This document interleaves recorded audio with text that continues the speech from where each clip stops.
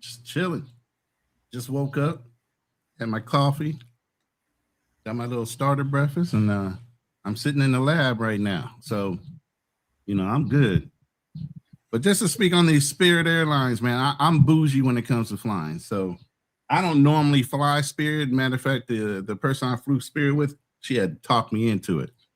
But once I saw those front seats, I said, okay, it's acceptable. I gotta have a lot of leg room too. You know what I'm saying? I'm not no small guy. Yeah. You know what I mean? So yeah. I mean, even if I sat in a regular seat, man, I'm rubbing shoulders on anybody on the other side of me. Because my shoulders are wider than the damn chair. What's up, y'all? My apologies, man. Real quick, man. My apologies to POV. He definitely deserves a round of applause, man. Shout out POV. How you living, good brother? I'm doing good, man. I'm a budget traveler, so man, I don't even need a seat. Just like you said, Soul Plane. Let me hold that pole. I'll be good, man. As long as it's cheap. Forget all that. I don't know all this other stuff y'all talk about sitting comfortably. You're only on a flight for 3-4 hours. Like, calm down. Y'all don't need to spend $300-$400 more than that. I gotta call you out on that, POV. He came here to rub that in our face. Pause. On the simple fact, tall are you? 3-4 hours. No, wait. First of all, how tall are you, brother? POV, how tall are you? It don't matter how tall I am. Yeah, I'm 5'7". I'm 5'7". Yes, I don't have those leg rooms like y'all. Only a short person will say some shit like that, man. Nah, man. It don't matter with the seats. It don't matter none of that stuff. Spirit is the safest one.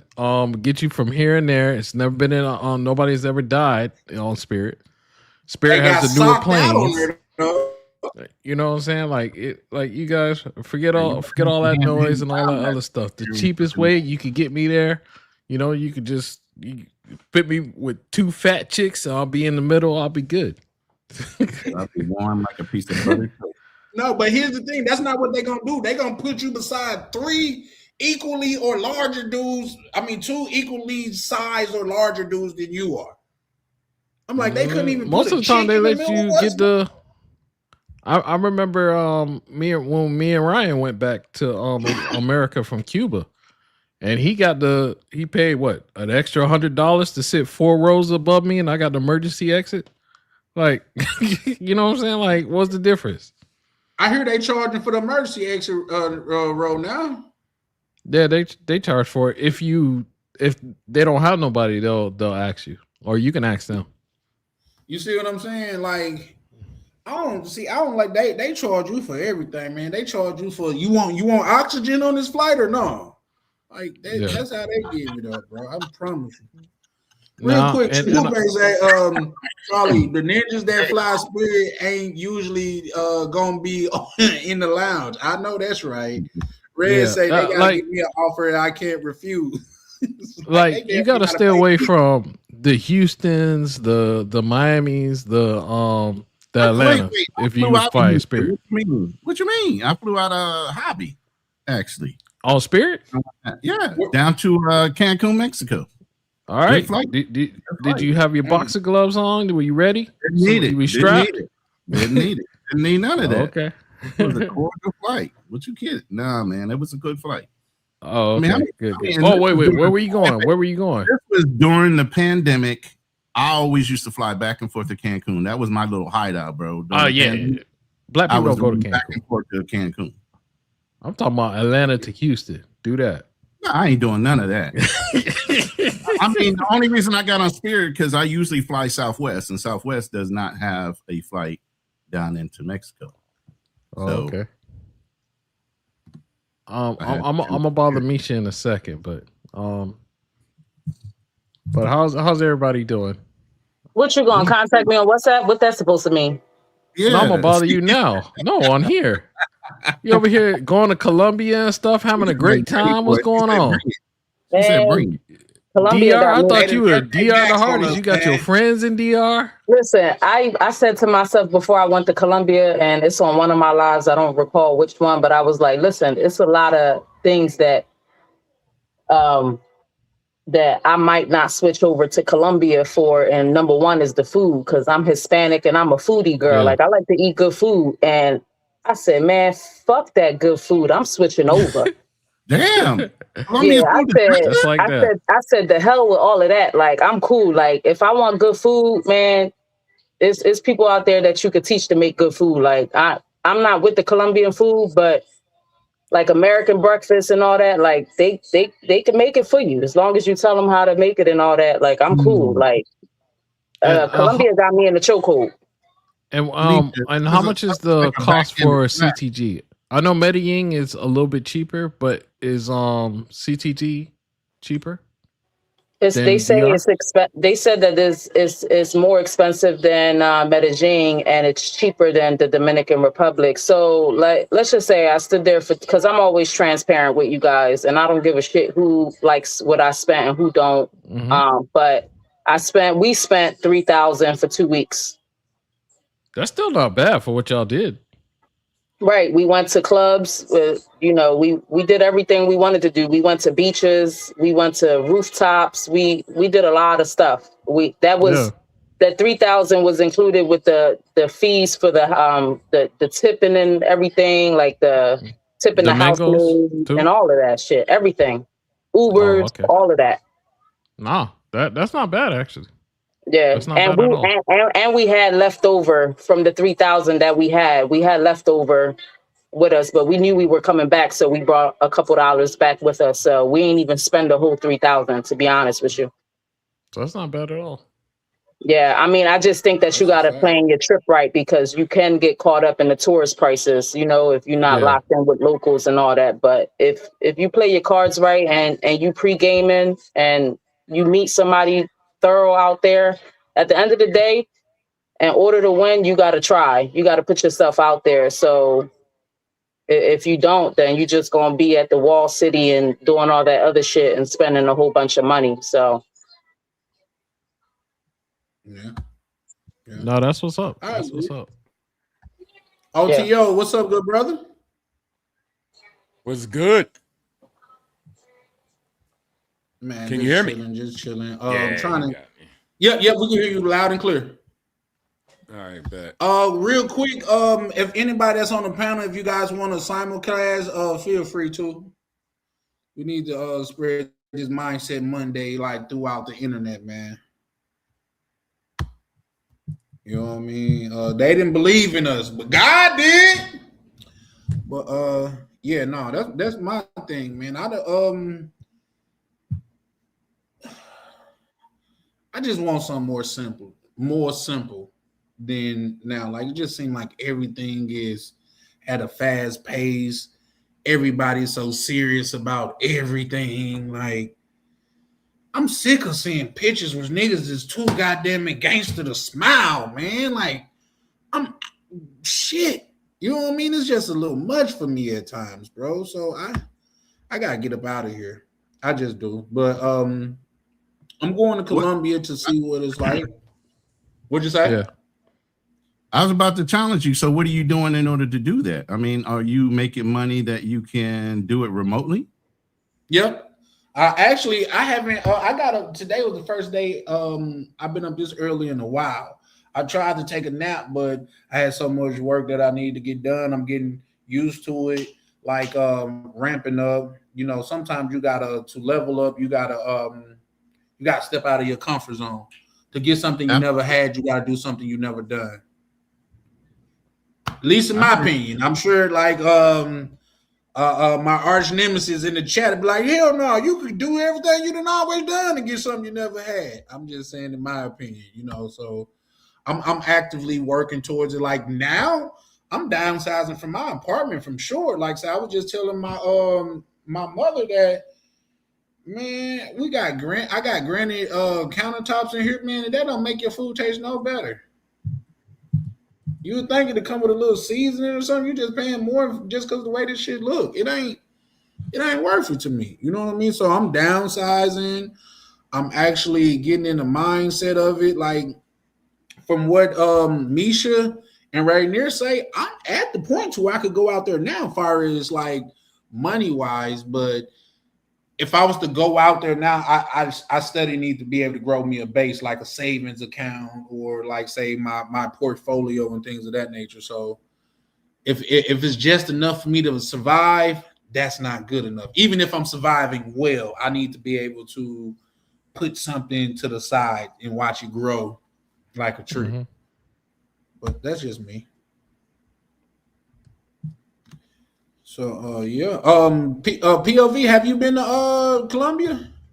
Yeah. But like in I think it's like 2018, maybe. But I only been to Medellin and it rained the whole time. So I my experience is limited. So I need to get back out there. When I was there is before the passport bros and all that. I just went. So now it's a I'll little show bit you a different. good time. Don't worry about it, Travel. All right, good. And everybody need to check out Misha's review of the Airbnb. It's actually the best one I've seen on Jay's and all of them because you get Thank the you. inside, you get the inside feel, you get the rooftop. Because I always just see the rooftop and the pool and stuff like that, but now you get the from start to finish. So y'all Thank need to you. check her video out and leave a comment. But other than that, what's up? How's everybody else doing? Yeah, for sure. Listen, real quick, man, y'all can see Misha not stopping in, nor am I. Y'all got a rare opportunity to say, man, I was rocking with them when they had less than 1,000 subscribers, man. It's not gonna be like that for long. Right. It's just like And I in the also book. Go ahead. I'm sorry. No, I go also ahead. mentioned yesterday, Charlie, like if you're not ready to put up videos, because you know, me and you, we beginners with this shit and we learning as time go on or whatever. Before I got to Colombia, I had less than 300 followers. When DCPRT put that content out and he was tagging me and stuff, I went up to 300 followers. And then from there, I added some shorts on my page that actually went viral. And all of them got crazy views on it. So I'm almost at 400 subscribers. So the shorts work, Oh you know, shit! Look at do that. what you gotta do to get to where you gotta get to. Like every little bit counts. You get what I'm saying? And when you out in Colombia or DR, whatever country you choose to travel at, when you talking and you vibing with good people, don't forget to tell them, like, pull their phone out. Here, click the subscribe button. Yeah. Even if they don't go watch it, they a person that subscribed to your channel. Like, it don't even fucking matter. Like, Mm-hmm. Yeah. so shout out to That's a thing. DCPRT for getting me up to that 300 mark. And then from there, I put some shorts up and it got me almost to 400. So That's what's up, man. You're growing. Yeah, that's a fact. Charlie trying doing his Real thing, quick, y'all doing man, your let me thing. shout out Millie. They say their birthday is going to be next Monday, man. Shout out to you. I hope you have many more, man. And life is what you make it, and I hope you're making it a good one. Thanks. Real quick, let me shout out my boy Tevin King in the building. Yeah, I was Appreciate thinking the $10 super chat. Support all Black media, as well as David Dice. What's up, fam? Appreciate you coming in and dropping the $2 super chat. Also, I'd like you guys to go over and not only subscribe to Charlie Chan TV, but go subscribe to all the people on the panel. Vibing with Misha. I'm going to drop her link, Frontier, Financial Frontier with O2O. Changed his name, still same game, you know, and then Travel POV. That's a fact. Yep. That's a fact. Anybody if you guys want to, and shout out to OTO. Real quick, OTO, do you prefer OTO or O2O? Say it how you want to. Get it how you live. I ain't tripping. I heard that. Well, We've been shout out called to, many names, especially coming out the Marine Corps, right? We don't give a damn how you call. No. You know, I tell you, call me what you want, just don't call me collect. But no, I just want to make sure I'm not butchering his name. And like, oh, you talking about O2? Oh, niggas are two and not a T. Like, all right, bro. You know how niggas get specific on this net. But shout out to Low Key Lux. He definitely bring up a good point. He said airline loyalty is a thing. Travel credit card perks are a thing. He said you can be economical, and still, goddamn it, travel in style. For sure. And shout out to you, Tevin King, man. Support, man. You know, supporting is always good, bro. You know what I mean? Like, to support is one. I mean, to show up is one thing, but to, you know, just show your love in that matter is definitely another one. And I can't speak for Ronan, but I'm sure he appreciates it. Shout out to you, bro. But yeah, if once again, if anybody, reason why I was shouting out OTO because he never even brought up his channel over here, man. So, like some people just pull up and just be pulling up to kick it, man. But anybody that's on the panel, which everybody have been on here more than once, if you guys want to shout out your channel or want me to put the link, put it in the back chat and I'll post it. It'll make it clickable, as well as the old saying goes like, if you want to go fast, go alone, but if you want to go far, go together. You know what I mean? And this community that's getting cultivated over here, I'm ecstatic to be a part of it. So, yeah, I want to follow what's his name? OT. I think OTO. I tried the last time I couldn't find it before, or maybe I'm not getting his updates. But if you can drop the link for me so I can subscribe, be good. Yeah, for sure.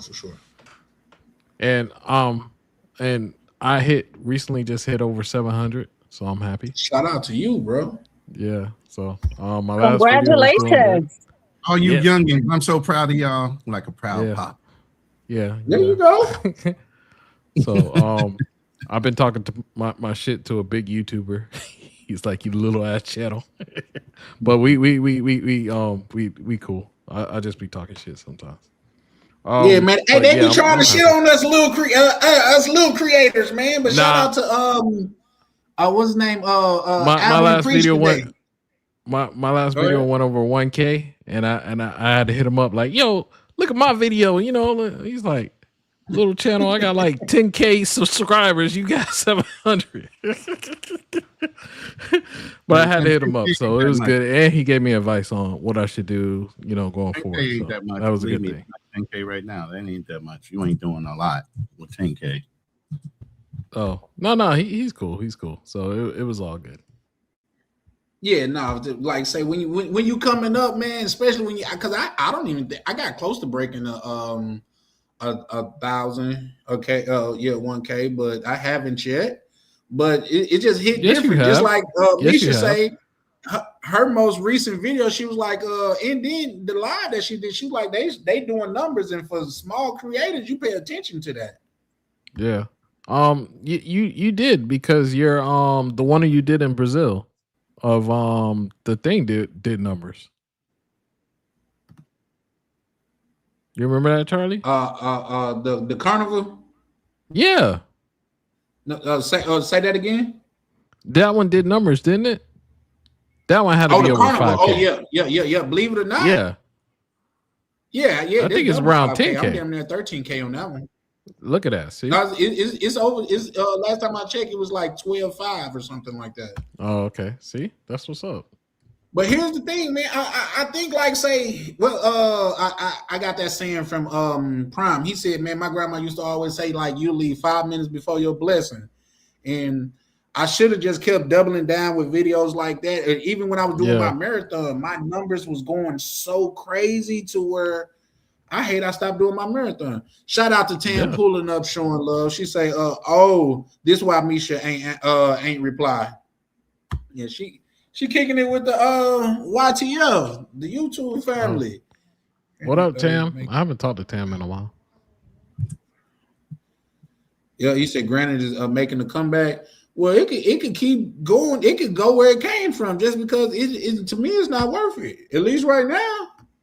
Like, I think the food finna have a little more salt on it or something. The food tastes the same as I made it on goddamn cardboard. So, but shout out to you, Low Key Lux. He said, salute, fellas and ladies. Shout out to you, bro. We got Black Cleaner in the building. Salute. He said, okay, the family, Ron. Shout out to you. Shout out to y'all. But let me ask y'all the two brothers that's actually on the panel that live out of the country.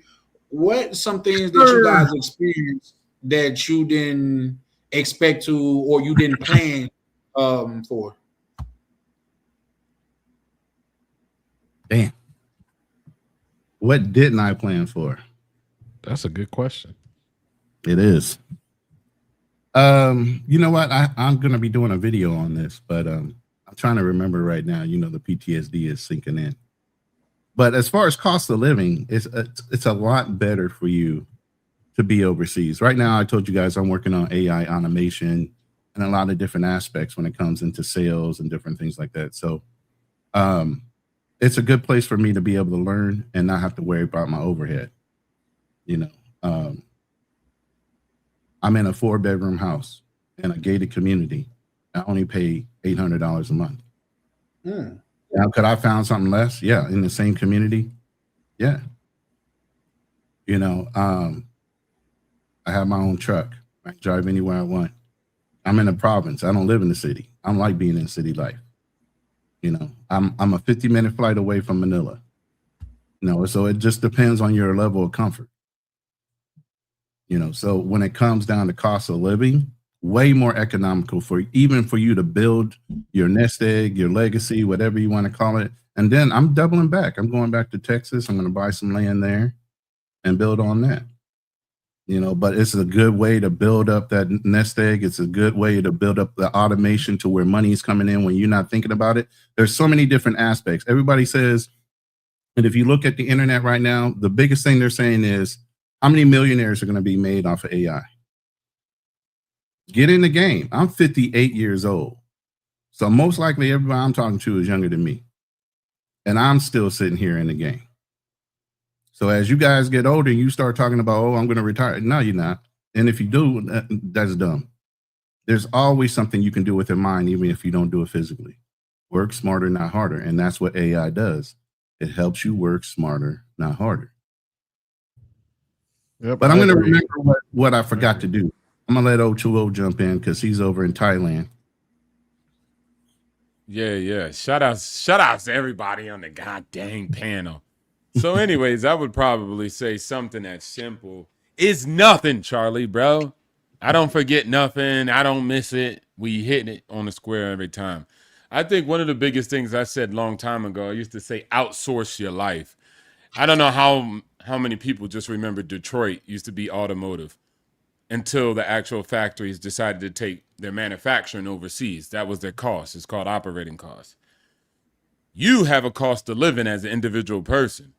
So if you could do geographic max and geomax and geographic arbitrage, whatever you want to call it, if you could outsource your cost of living into a cheaper country where the dollar is more powerful, then go there. And then at the same time, you still make capital in the United States because it's one of the greatest places to make money out of all places in the world. It's one of the largest markets, and it constantly is evolving, and there's massive amounts of financing. Plus, you have no limitations. Nobody will say, oh, you can't buy this land over here. You can't do this. So you have less limitations. That does not mean you can't make opportunities when you go overseas also. But I'm just saying the holistic perspective is that. So outsource your life is nothing that is something that's an add value. And then I'll end on this. Also, if I was in the United States, I'd be richer. So at the end of the day, it's really about your skill set. Like I did house hacking. I lived in DC. I paid zero in rent. I actually made money when I lived in DC, where everybody said it costs too much money to live in DC. It depends on what type of lifestyle you build out for yourself. And so at the end of the day, you need to cultivate the skill before you go overseas. Might be best to do that because I've seen people come overseas and crash out too, because then they level up too high and then they can't sustain their lifestyle. And then now they have to go back to America and figure things out. So it's just a skill set, regardless of where you are. Just like you say, Charlie, right? If you a lick, if you a simp, if you a sucker, a buster with ladies, in America, you might be a buster anywhere and a lick anywhere. So at the end of the day, you just got to build up the skill and then go overseas. I'm mostly overseas, not mostly because of actual money. It's because the people are just like in a better mood. So at the end of the day, I like Thai people. They're like very generous and hospitable people. It's not the same in America. And so at the end of the day, you could build whatever you want in your life. Just outsource your life. Yeah. So I would like to challenge you brothers on that. So you mean to tell me it's either like, say, you just packed a backpack and just say, you know what, I'm gonna deal with it as it come, or you guys literally thought of everything before you guys left? You forget a couple things and you don't realize a couple things until you get here. Right. I'm like, let me say the simple basics. They running on almost 200 watts on your wall. So if you don't have energy converters, which is common sense to some people, but not to a lot of, damn, Misha, I wanted to make a lasagna too. And I see her over there laying those damn lasagna noodles. You're killing me. Because I just spoke to my lady about making a lasagna here in the Philippines. Just to show y'all I really be busy, because Charlie and them don't be wanting me to get off live, but I got to be a wife. I got to be a mom. It's a lot of work over here, but I'm multitasking. So. No, that's a fact. And lasagna is a labor of love. Just the basics of even bringing your electronics over here, you have to plan for that. So there's certain things like you need to bring in power converters and make sure that you have things that you're running on US power at 112, 115 that can handle the output of a wall jack here in whatever country you're going to, whether it be Europe, Southeast Asia, or Latin America. Remembering to do that is one thing, clothing, you got to bring enough clothes, but then you got to replace your clothes. So, if you're above average size guy, you're not going to find American size. You got an above ass foot. You're not going to find an American size freaking shoe. I wear 13 and a half, 14, depending on how it's cut. I can't buy no shoes in Asia. You kidding me? Average height out here is what? 5'5", 5'6". And the women are even smaller, 4 foot. So yeah, there's certain things you have to account for. So that's where it comes into your research. How much research? I got a question for y'all. You're going to settle into this might be a bad question. Never a bad question. Whenever I go out of town, I can't really find toilets that handle me too well. God damn! What kind of you bottom heavy with the foot without giving me details? Jesus. Can't find what? Toilets that can handle me well. They always get stuffed up. Oh. Hey, it's the wording for me. Do y'all have those problems over there in those countries? I ain't a small guy. Listen. I can tell you that in building here in the Philippines, they use substandard stuff. So if it's not built American style, like instead of using a 4-foot pipe for the toilet area, they're using a 2-foot. So you can imagine shit can happen. Literally, it will back up. Okay. So but they don't throw toilet paper in the trash in the toilet. They throw it in the trash. Yeah, I heard. They usually wash their ass right after they get out the shower. That's what the bunghole cleaner is for. You know what I'm saying? So really, the toilet paper is just to blot off the wetness after they get done washing their butts. So again, it's cultural. So yeah, if you're coming to a country that's not built American style, flushing toilet paper could be an issue. Getting your shit down the damn toilet paper could be an issue. Water flow can be a fucking issue. Hot water versus cold water, because some of them don't have hot water tanks. They have hot water things that you turn on right as you get ready to use the hot water. So it's not central hot water. Every faucet's got hot water. So even when you're cooking, it's not like you got hot water at the sink and you got something greasy. That means you need to heat up water in order to get the grease off. But then they have, liquid detergent that actually cuts through grease, even if it's cold water. It's amazing how you adjust based on where you live at. If you want to, that's the whole thing. If you want to, you're spoiled as an American to have all these creature comforts. It's a standard thing for them. They don't have central AC. They have AC units in different rooms. That's how I knew you were overseas when I saw that. Yeah, like, anybody you see that got one of those behind them, they're not necessarily living in the United States. Yeah. But go ahead. O2O? I ain't got much to say to the point. Don't challenge me. Challenge yourself, my brother. I've been overseas for about 19 years, so that's just where it comes from, expertise and experience. So that's why I said that. At the end of the day, you got your checklist. Go online, get a checklist. You got AI. Go use AI and go down the goddamn list. Department of State has a website. You can go there and you can learn a lot of things that you need to know if you're a newbie or rookie with a fortune cookie. So at the end of the day, no, just to your question, when it came to me, because I was just well versed of living overseas, so it wasn't something that I wasn't planning for or prepared for. All right. Well, allow me to immediately rebuttal. Well, when I say it's got to be something, yeah, just immediate. When I say it's got to be something, as much as I travel, I've been traveling for years, and I've been traveling quite well for years. But it's almost always a time to where something get left, something get forgot.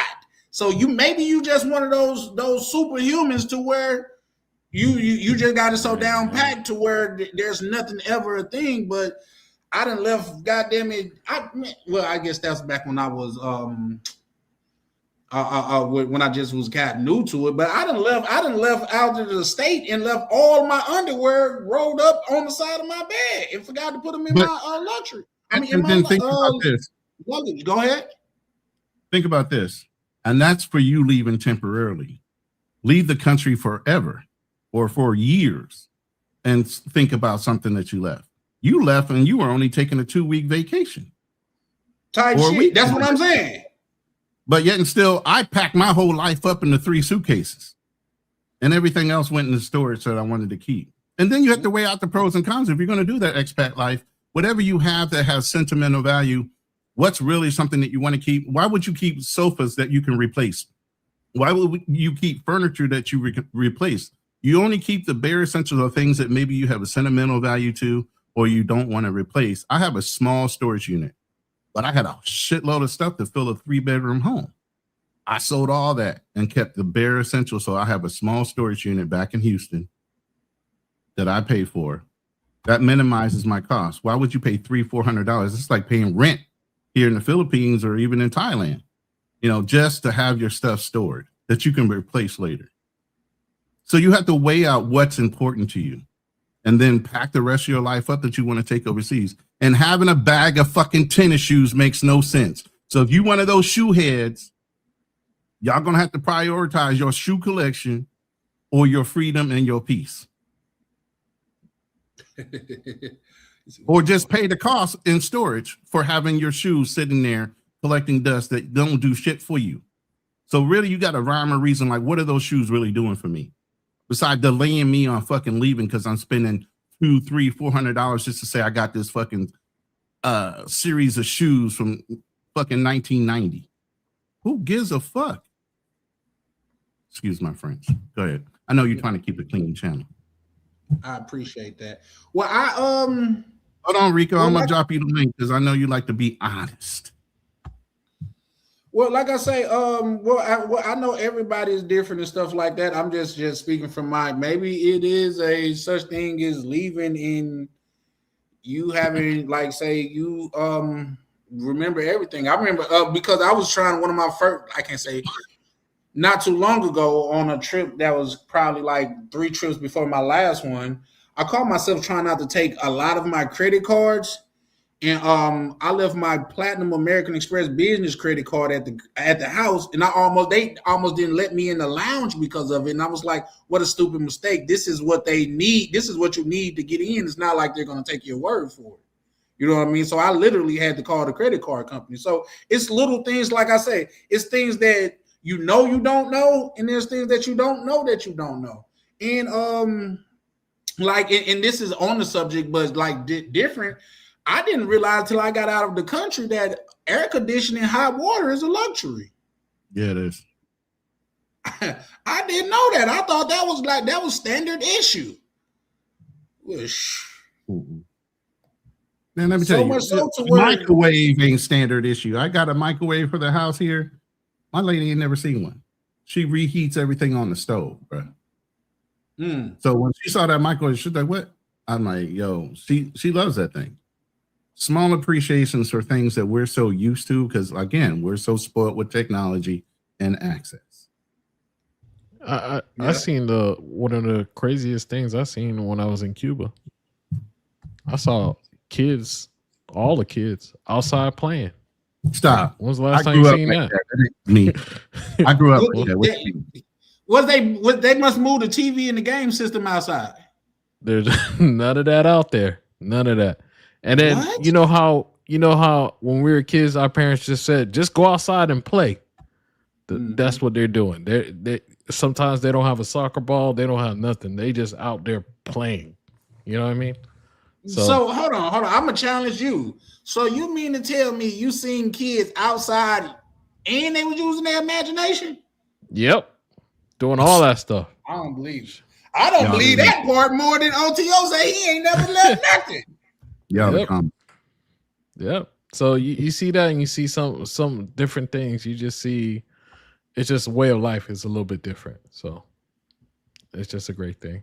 I did have a comment for the guy who said AI is a bubble and it's gonna crash.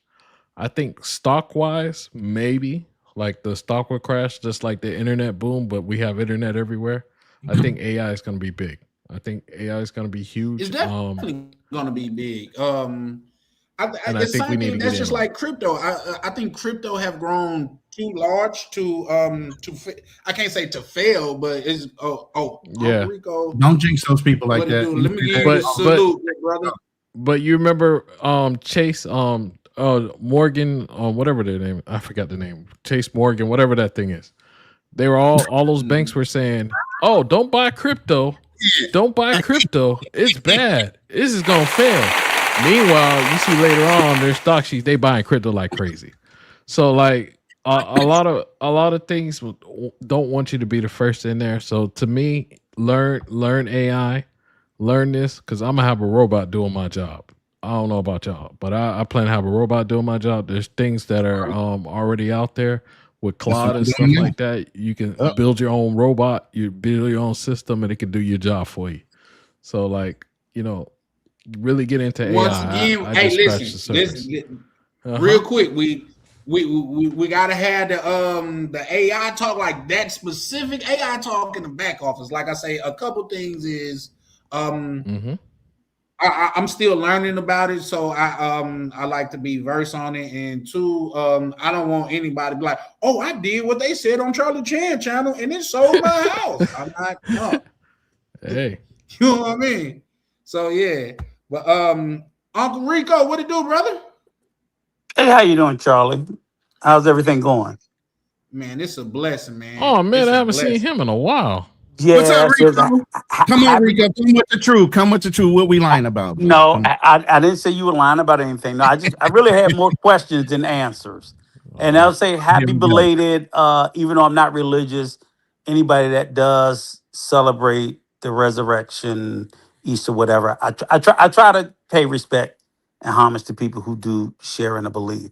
No, my question, the biggest question that I think stuck in my mind was, I listened with the conversation you guys having, but I guess I was like, when we talk about travelers going overseas, Ronan, you're in the Philippines, that's great. O2O, you're doing your thing, and so on and so forth. How do we know when anyone leaves that their intention is to never return? Because I don't think when most people go and say, "Oh, I'm going to go to the Philippines, I'm going to go to Africa, I'm going to go to Thailand," that they never have any intention on ever returning home. So when Ronan, you were talking about like leaving all of your things, it's like that's kind of hard. There has to be, like what anchor do we leave back to where the place we came from? Or do we just sit there and say, "Hey, I'm going to cut it and I'm no longer American"? Because I don't hear anybody talk about denouncing their citizenship. I don't hear anybody saying I'm not going to be American anymore.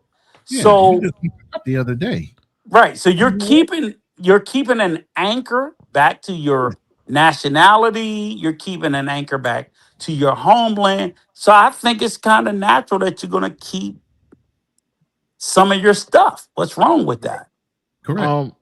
Uncle Rico, Nothing. I like to say something to you real quick. I know they have the answers, and Sure. I still live in America.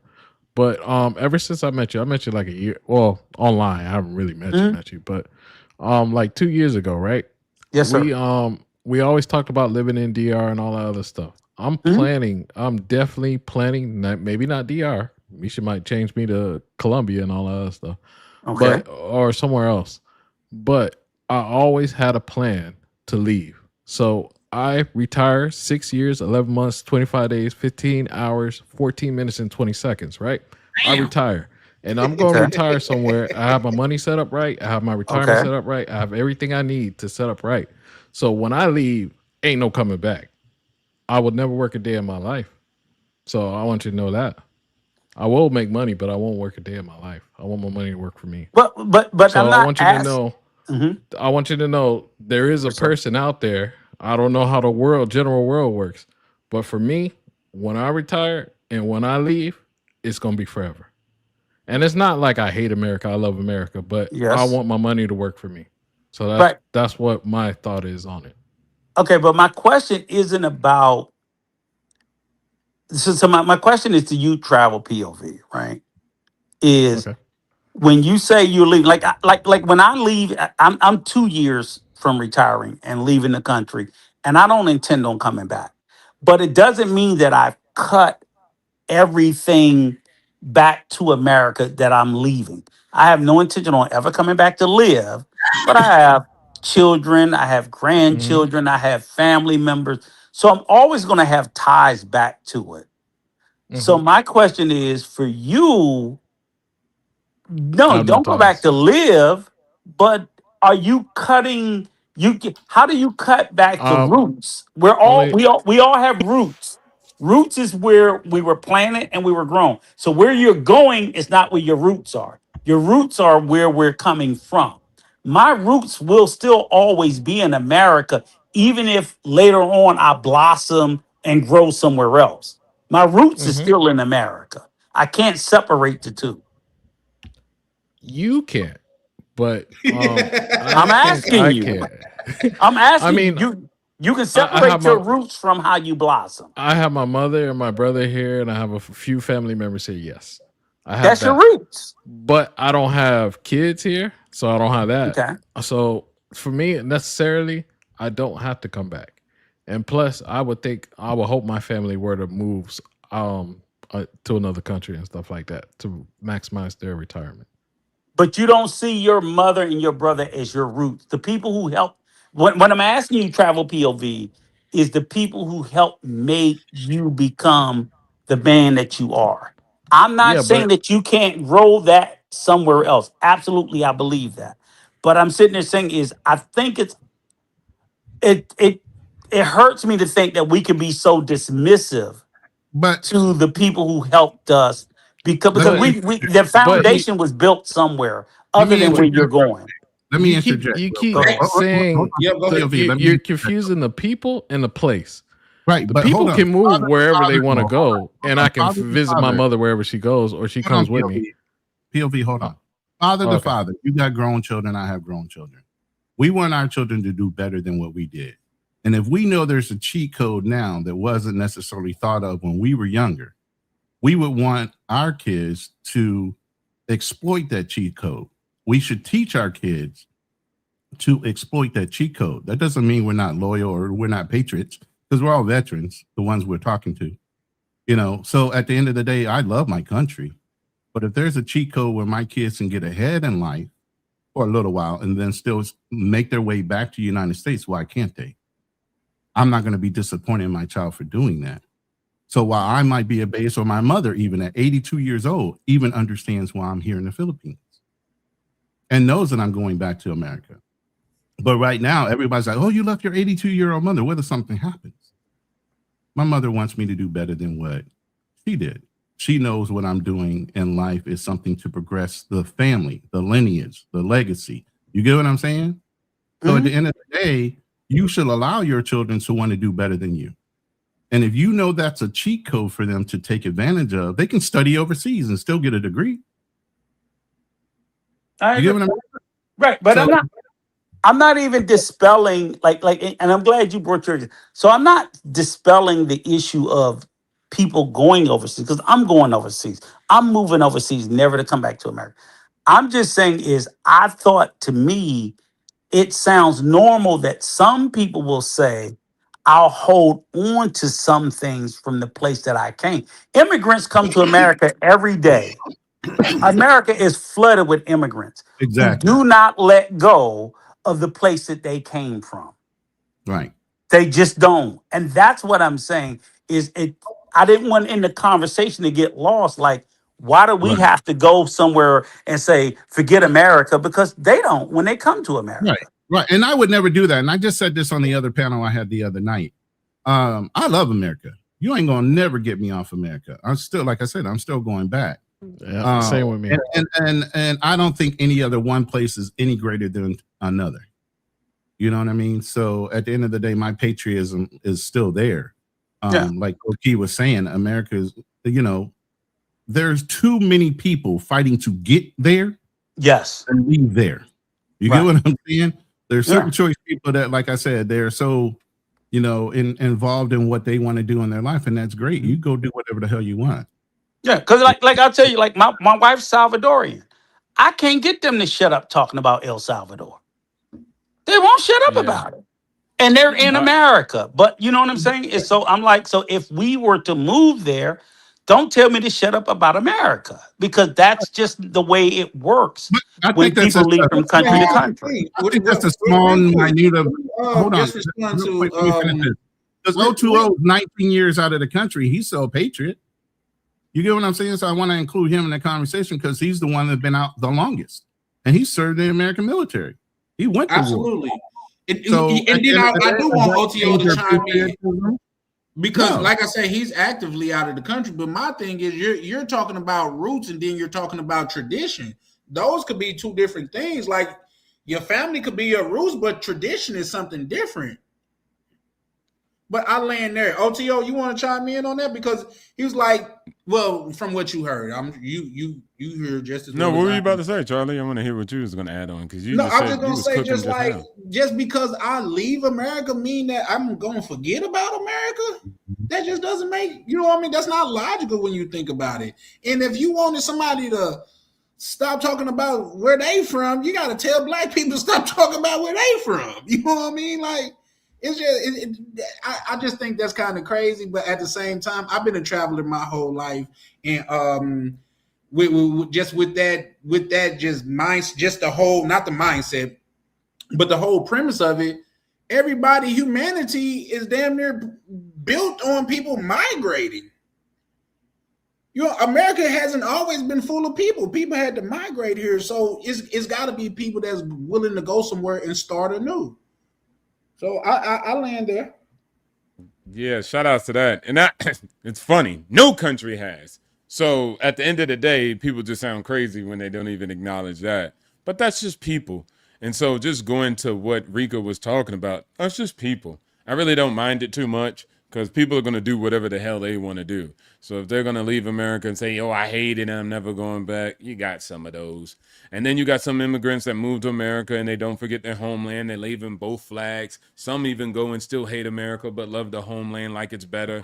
Some say, hey, I'll never go back to the homeland ever again. I love America. So it's just people, what they decide to do and how they end up seeing life in their perspective. So I really don't mind it. I, for myself, just focus on what do I think about it. And I just prefer not to have that.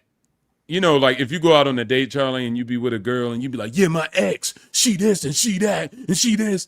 People be looking at you like you crazy, right? Like, you know, like, all right, that's a red flag. When you come at me and you hate America, I see it as the same thing. Like, oh, that's a red flag. You mad at the country, but, you know, what's up with you? And that's what mostly people see it as. They see it as a you problem, not really actually knowing the ex or anything. So at the end of the day, I just try to diffuse that type of negative perspective and resentment and perspective I can have because I might have to take my black ass back. And so if that be the case, you know what I'm saying? You done made it all up in your mind. You ain't never got to go back. And then Thailand or some country be like, hey, you got to get up out of here. And so at the end of the day, I just think it's good just to have a malleable perspective about it. But I do understand how people feel in different ways. And I just disregard it and just make sure I don't have a negative perspective. Facts. And Charlie, let me say this. I thank you, O2O, because that was what I was trying to get to, and I probably did it in a very convoluted way. Was I was trying to say was like at the beginning of the conversation, I thought I heard people saying like people were wrong for keeping things back home. And I'm like, no, some people keep things back home because, you know, you never know if you got to go back, like O2O said. So it's just like, I don't think there's anything wrong with an American venturing out to any country in the world. And I have no intention on coming back. I don't plan on leaving anything back here. My wife planned on leaving a whole bunch of stuff back here because I know in her mind she has a whole bunch of doubts. I don't have any, but I'm not going to tell her she's crazy for, leaving a bunch of stuff in storage. I'm like, when you get tired of paying for it, you'll get tired of paying for it. And then whatever happens to it, will happen to it. I don't care. But it's normal. I'm not going to make her feel like, oh, you shouldn't leave nothing back there. I'm like, no, because You if bugging. that's her, You crazy. Yeah. if that's her comfort zone, that's her comfort zone. Yeah. It just really is.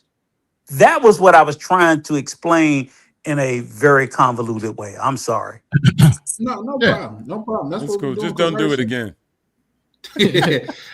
Rico I'll likes try that. not to. I think with that being said too, because Misha and right near probably between, because I think, well, I can't say OT. I mean Rico. I know your situation, but I know Misha and them are actively working to move out of the country. So this would be a good place for them for her to chime in, because, like, say, what do they expect? What are they going to, because they just showed a whole closet, a room full of shoes last night. Are they going to bring their shoes with them? Like, what do they expect their move to look like? You know what I mean? Because this is the conversation for it. Misha, are you still there? Yeah, I'm here. My plans is to be there 6 months and 6 months in Georgia, and all the things that I have here, I'm either giving it away to people that are in need or passing it down to family members. It's not necessary out the country at all, honestly. That's what's up. That's what's up. And Well, that's me very true. personally, You don't need all that stuff. I think about positions like this, man. I haven't went to a funeral and seen niggas with their TVs and PlayStations at the funeral. You can't take it with you. You know what I mean? So you got to learn to, in my opinion, Exactly. just me, I'll be fine without it. You know what I mean? Like, it's life, man. Enjoy you some of it. I'll just give you a reference point, Charlie, and Ronan probably knows this. I think I probably said this several times. He's probably seen them. And Travel POV, you probably seen me discuss it on. I have a whole house, cars, everything in the DR.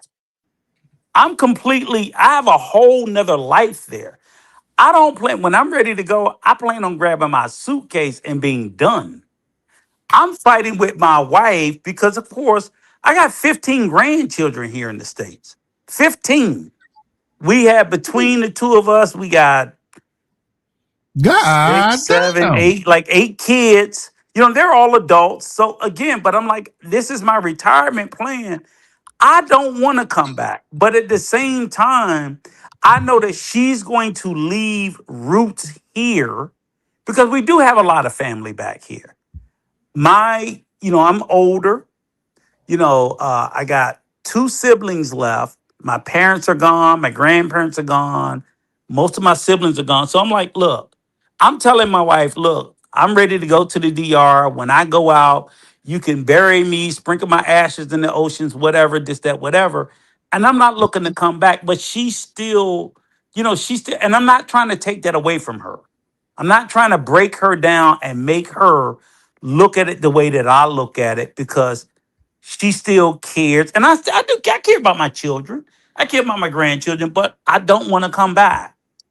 I understand people who want to still reach back and say, I want to have one hand back there and I want to have one hand here. We both love the DR, but she still loves America, and I'm ready to let go, but I'm not going to beat her up about it. I just can't do that. And you shouldn't, but here's what I see for my future, or like just say anything involving me. Like, say, like, people see my mother or my brother up here, they be like, man, how Charlie's doing? I'm like, man, we lost him 3 years ago. They be like, yeah, what happened? He moved to Colombia. You know what I mean? I'm gone on their ass. Like, I'll be fine. Like my mother knows because she's up there in age, but she's doing extremely well for herself. If it's on me to come back and take care of her, I'm telling her, I'm coming back and packing a bag, and she coming with me. My daughter, you want to goddamn it? Listen, if I'm your family in America, I'm gonna be your family outside of America. You know what I mean? I want the people that's around me to also know and experience that it's different. It's other avenues you could take. If you don't like your situation, you could do something about it. If you don't like the community that you're in, you could do something about it. You know what I mean? And that's what brings me to the travel community as a whole. You know what I mean? It's people that, and it's not everybody that don't like their situation. It's some people that just want to know, just want something new in their life. You know what I mean? There's nothing wrong with that. You know, the new biggest thing is, Rico, is What's that? Cruise ship living. You know, people I saw cruise that. ship living. They stay on the cruise ship all year long. But you know like, it's crazy, and I think it's amazing because these people have hacked a way that's cheaper than staying in the old folks' home, and they get to travel the world at a discount, pretty much. I agree with it.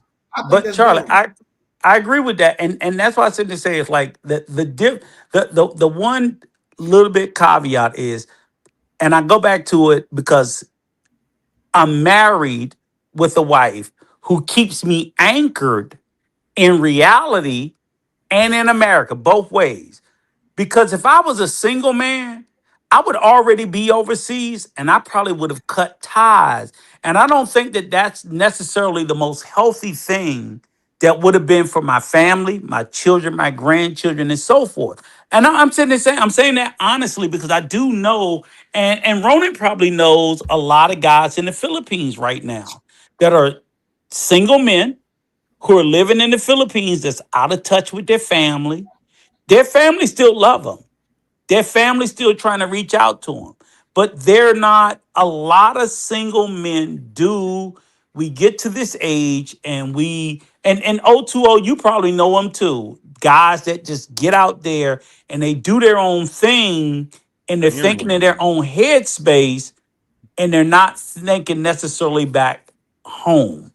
I'm glad I have a wife that's keeping me anchored. That's not letting me do some of the reckless things that I'll be like, man, I'm going to Colombia. Forget it.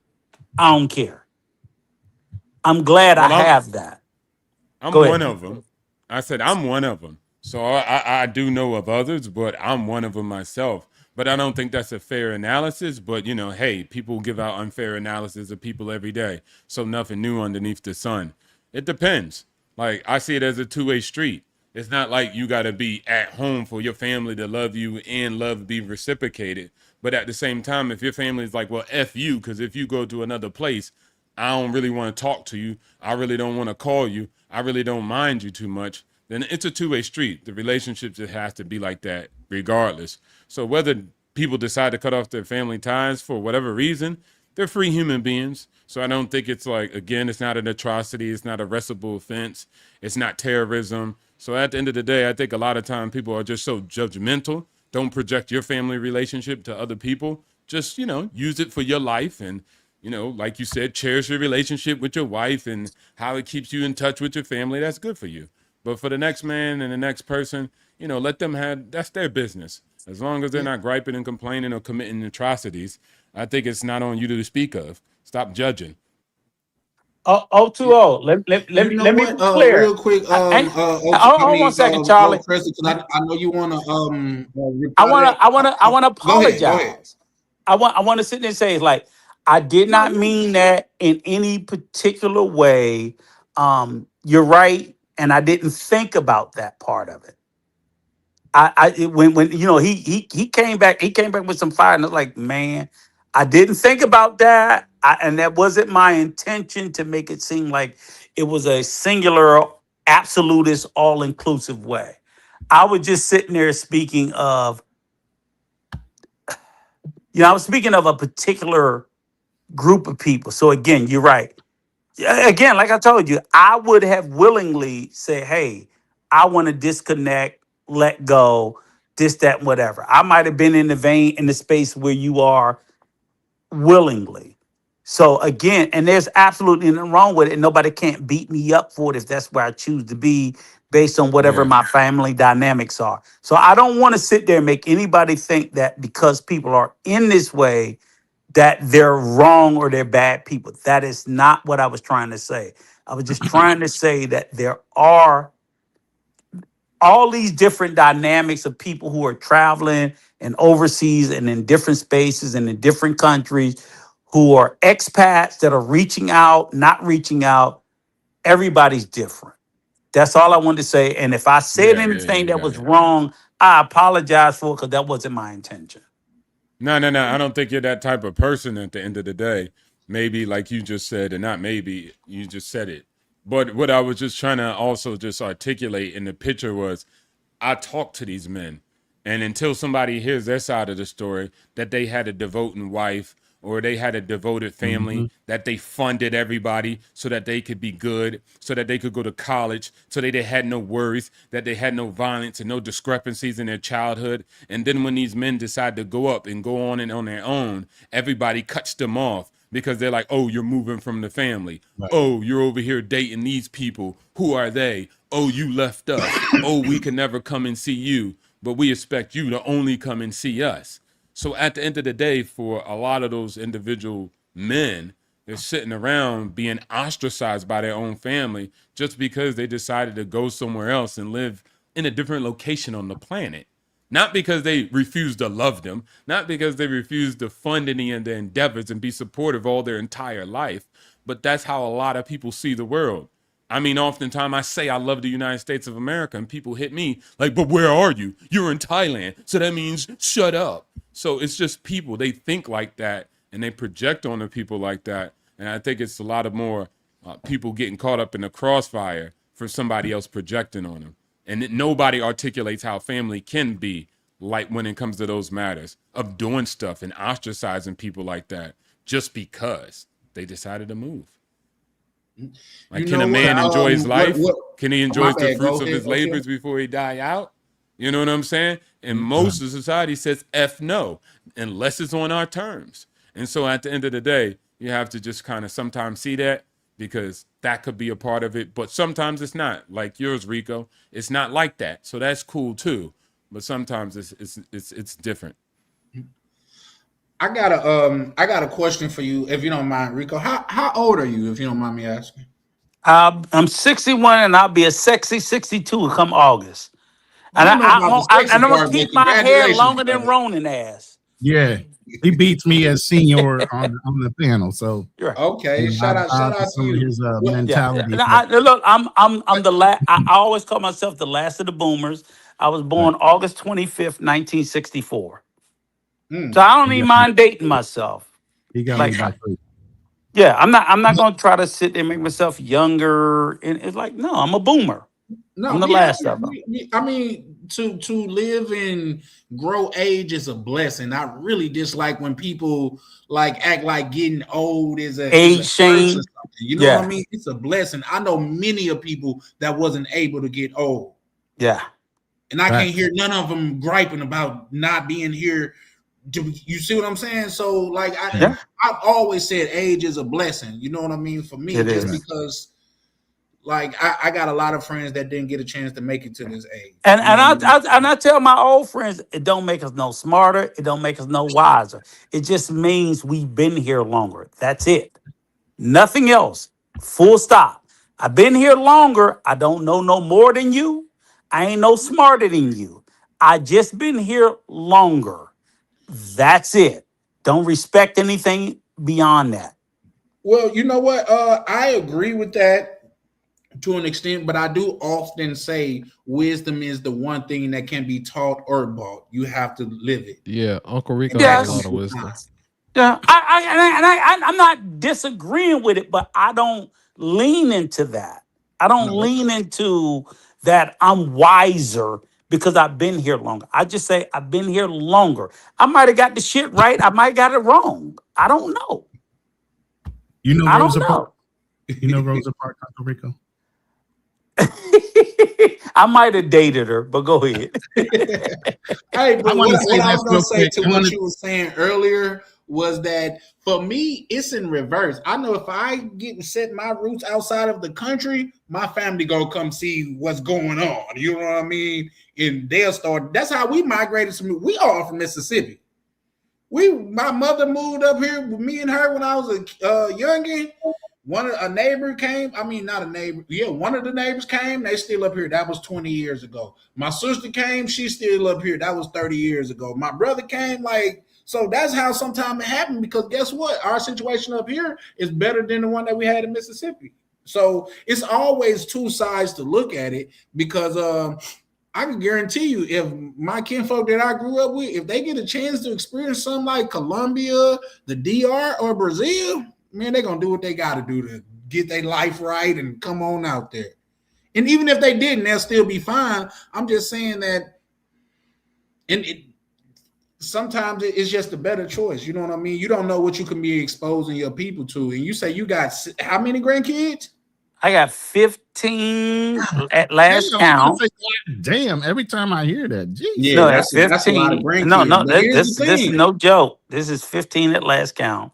We got Spirit out there. And I got two. Get them all to you, damn near anywhere you at. And I got two sons with no children, so I've been like waiting on when they gonna have kids. But here's the thing, though. You're absolutely right. And I always say it's always a double-edged sword.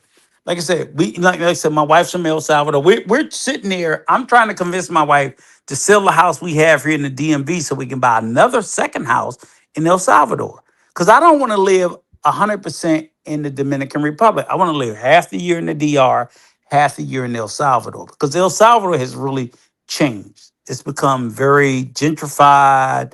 The new president that came in, Bukele, he came in, he locked up all the gang members. So it went from the most violent country in the world to one of the safest countries in the world. Yeah, I want to go there too. Sometime this year. Unbelievably. Where when me and my wife got married, we got married in 2014. I had my honeymoon there. And in the Capitol, I couldn't get out the car. To now, I'm walking around the Capitol at night, 2, 3 o'clock in the morning by myself. And I don't speak no Spanish. I don't speak a lick of Spanish. I still don't. This is how crazy it is. So the country has changed. The outlook has changed. It's just, and I'm like I have children who travel. I have a son, him and his future wife, they're going to Kenya in a month. I'm always telling my children to travel. The world is global. It's not one country. But nonetheless, we still are the people that we came from. You don't get to lose that. Yes, go out, venture, explore, go into all these different cultures. I go back and forth with my wife. I'm like, you Salvadorian, I'm African American, this, that, and whatever. But we're different cultures. And as I grow, one of the biggest things, I was having a conversation with some friends of mine before I tapped in. And in the DR, a lot of guys go and they start dating. And I say, the biggest mistake you make is you go in and you adopt their culture rather than having them adopt your culture. Why would I go to the Dominican Republic and adopt their culture rather than having them to adopt my culture? No one can ever give me an answer for that. They think, I said, we have got to stop romanticizing the cultures of countries we go to rather than the culture that we bring. We don't, or at least put them side by side and say which one is better. We don't do that. That I think is a problem. And I think that's going to hurt us in the long run. And I'll drop my mic. You're muted, Charlie. Hey, I've been over here ad-libbing Uncle Rico the whole time, and didn't nobody hear nothing. I'm like, yeah, that's right, Uncle Rico, tell him. Yeah, nobody heard you. Not even one single syllable. Yeah, no, I get it. My thing is, life is to be lived. And if you're not living it, what are you doing? You know what I mean? That's just my thing. I could get my daughter's more than likely at work, but I could get her on the phone and I could say, you can ask her, what do your daddy consider the saddest thing? And one of the saddest things that I've said to her ever since she was a child. I was on is that mute. people that No, Charlie was. no, you good. You good. Okay. I told one of the saddest things that I have that I've seen and experienced was people to live and die in Mississippi, to not know it's a world outside of Mississippi. That to me is heartbreaking. Yeah, somebody got some feedback or something, but yeah, that to me is heartbreaking. So I tell my mother to this day, because like I said, I'm an Army brat. She was in a military when she had me. The best gift she's ever gave me was the gift of travel. So yeah, but with that I digress. Somebody got some feedback. Yeah, somebody got some terrible feedback right now though. Probably Uncle Rico, so you could probably mute. Uncle Rico, yeah, we gonna get. I ain't know Uncle Rico was that old, man. You sound lively than a mug, bro. Like I'm shit. You goes, bro. Shout out to Uncle Rico. Well, excuse me, I didn't mean to use the term old. I meant like he got about. He said this young punk didn't call me old. Shout out to you, Uncle Rico. But when I was growing up, believe it or not, some of the people that I wanted to be was those old people hopping off of those buses in Vegas in those windbreakers with those fanny packs on. I just always felt like they was living their life. And that's before I got exposed to like really traveling myself though. But it's your life, man. You got to live it the way that you see fit. And everybody's not going to like it, but guess what? They're going to have to accept it. Okay, shout out to you, Misha. I seen what you said. You know what I mean? Yeah. We know you a full-time wife and mother, so shout out to you. Rico back. Yeah. Yep. Fix that internet. Rico. Oh no, he dropped out. No. Oh, no, travel POV just dropped. Yeah. Okay. No, travel POV be in and out anyway. And you guys want to elaborate on any of that? What did he say? I'm just playing. So, well, what you been traveling for? I mean, you got the questions about leverage and learning, and the show is about what? You know what I mean? You got two brothers right here. Location leverage. Earn here, location live there. leverage. Yeah. I'm sorry. Go ahead. It's called geo arbitrage. You know. Yeah, for sure. And hopefully, the test that I ran said that location leverage was more catchy. Right. But I mean, still, hopefully the war is not going to draw our dollar outside of the mark where it stops being an advantage. You know what I'm saying? But at the end of the day, I don't think it will. You know, I think in the next couple of weeks, we'll have this resolved, whether it be by forcible or, negotiation. I don't think this is going to go on another 30 days or so. And we'll move on. But, at the end of the day, yeah, geo arbitrage is a real thing. That's why I said take advantage and utilize your dollars in other places to give you a little more peace so that maybe you can plan for your legacy. You can plan for certain things that you want to do while you're in retirement. My brother's sitting on the panel, man. Like I said, I'll give him flowers every day. He geo arbitraged his ass off. You don't want your damn flowers. I try to say where he is actually retired and independently wealthy. He don't have to work. He chooses to work, and that's what I tell y'all. Y'all might say I'm going to retire. I'm 58. I'll never retire. I'm always going to figure out an angle to leverage something to earn additional income, whether it be indirectly or otherwise. You know what I mean? So even though you say you could, you won't. Because once you don't have anything to look forward to, what makes you want to open your eyes? Think about that. Once you have nothing to look forward to every day, What's going to make you open your eyes? Nothing. Well, this is what I tell people, Ronan, is like people that generally talking about retired, then I'm saying general, it's not a thing across the board, is they're retiring from jobs that was hard on their body. You see what I'm saying? It's only so long you could play basketball. It's only so long that you could play football. It's only so long that you could be a janitor and stuff like that. But guess what? Warren Buffett is old as hell and still making money because his mind is still sharp. You know what I mean? Charlie Munger was getting money till he got up out of here. So yeah, no, when you working with your brain, like it's not retirement. You know what I mean? So Right. there's that. But real quick, Terry asked me to define location leverage. It's just geo arbitrage. Like I say, the test that I ran showed that location leverage was more appealing than geo arbitrage. You know what I mean? But just using where we're from, just speaking strictly about America, to go live it up in another place, to go like say take advantage of the American dollar, because the American dollar is strong in a lot of places. It's not the strongest currency out there. We can't lie about that, but it's a strong currency. You know what I mean? Especially if you got a chance to travel, like say, I think T.O. is younger than me, and he said been out of the country for 19 years. Man, the dollar had to be the boss back then, like Rick Ross knew. Ugh. You know what I mean? I'm just speculating because I wasn't traveling as a person that was spending my own money then. Well, 20 years ago, I was on the train to goddamn hell.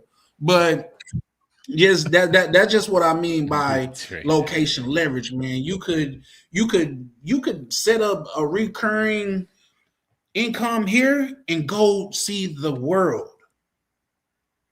A couple rental properties will do that for you. I'm not saying you're gonna be out there in Dubai driving Bugattis and stuff like that, but you could set up something here to where it's reoccurring and it can aid you in living the rest of your life in explore and enjoyment mode. Hell, and Dubai, you could rent one for a couple hours at least, floss it a little bit. You know what I'm saying?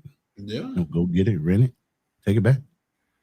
Yeah, but show as you goddamn it scratches a door on there, you can't leave until it's paid off. I'd rather just leave it be. Everything ain't for everybody.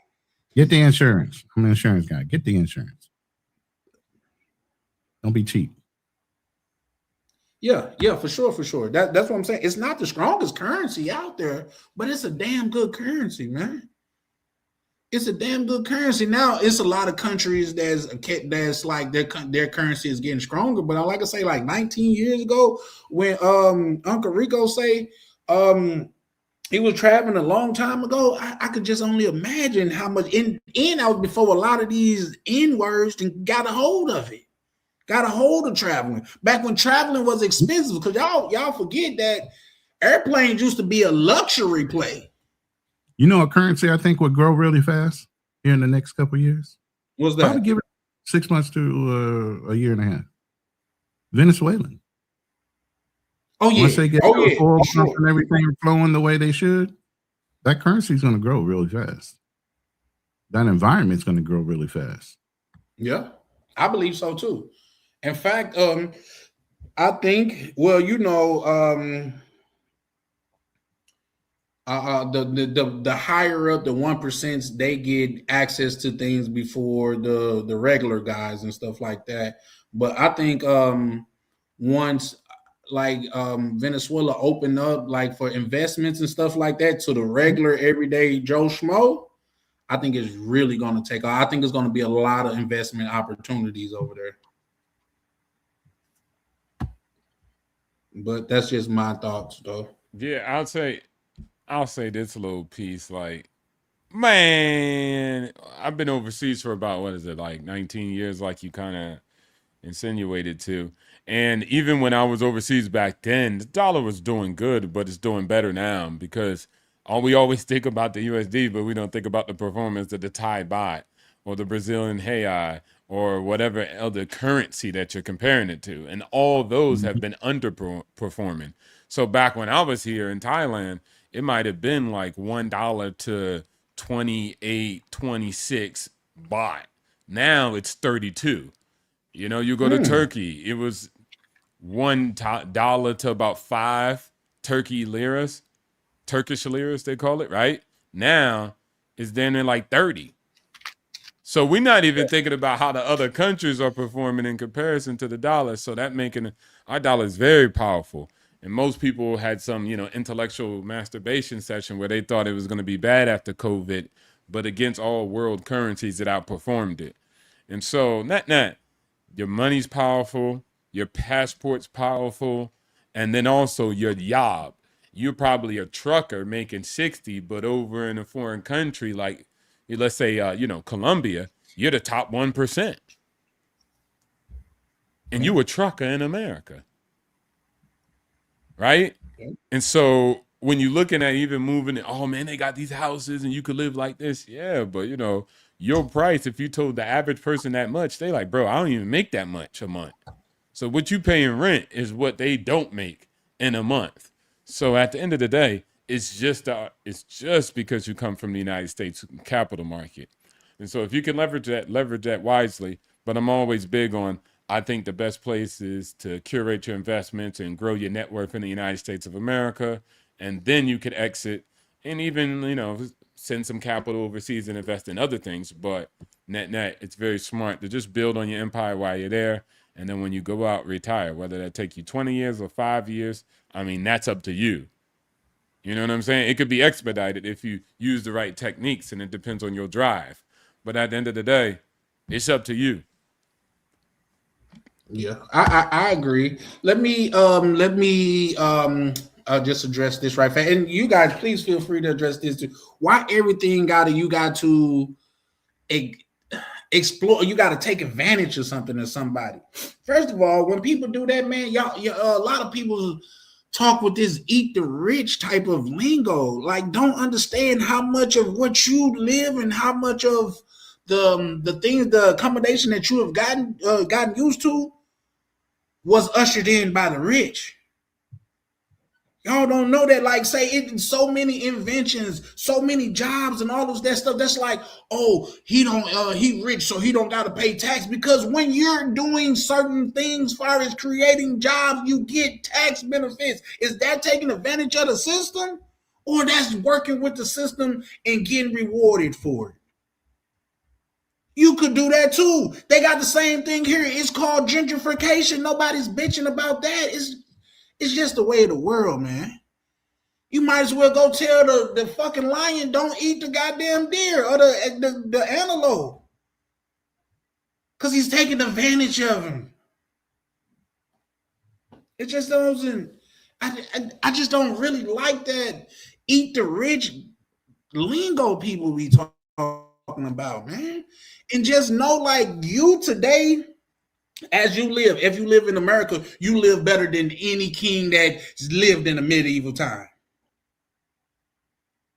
Do you know walking in a room and flipping a switch and turning on the lights would have been considered sorcery back then? And you just get it just willy-nilly? Come on, like, it's not always taking advantage of something. Sometimes you making something better. Like, in a lot of cases, I don't try to down talk gentrification, because guess what? If this neighborhood is a ghetto and people keep dying over here and they keep goddamn getting robbed and shot and all of that stuff, bring in the people police gonna come with them. Spread the people out. Put them on that side of town and put them on that side of town. Now they got to come catch the bus to shoot each other, opposed to seeing each other at the store. Let's not focus on what you would consider bad. Let's focus on and look at what's really happening, what's truth. Because I'm seeing gentrification over here in Minnesota, to where an area to where people was study getting deleted. People was study getting into it. It was a lot of gang stuff. Man, they got some of the prettiest flowers, the newest paved road and stuff like that. So let's be mindful of that, though. Let me just say this, and Ocho will agree with this. There should be no shame in conducting business. Okay. If you're conducting business in an honorable and moral way, because you're leveraging your dollar somewhere else in another country, don't mean you have to neglect or abuse the people that you're doing it with. All you're doing is leveraging. Like right now, the peso is up to 60 pesos per dollar. This is a good time for me to liquidate some of my American cash and buy that so that when it goes back lower, I have more dollars in my pocket. You get what I'm saying? So you're just playing the odds against the money that you earn. But just because you conduct business doesn't mean you have to have shame in it. People do that all the time. They've been doing that for generations. But why all of a sudden as a people should we feel ashamed for conducting proper business and feel like we're doing something immoral because we're doing it in another country where our dollars go farther? They've been doing that for generations. I mean, most wealthy people have multiple properties all over the world. Why do you think that is? But all of a sudden, when we do it, it's a problem. When people of our skin tone do it, all of a sudden it's immoral or unethical in some way. Who said we're doing any unethical or immoral businesses? Maybe we're doing it even more on the up and up than most, to where we're actually valued overseas in people that have melanated skin because we aren't trying to rip them off. How about looking at it in that perception? You can't always look at business as being a negative thing and doing it to where you have the best advantage as a negative thing. That's called business. There's no emotion in it. You can still be ethical and moral while you're conducting business.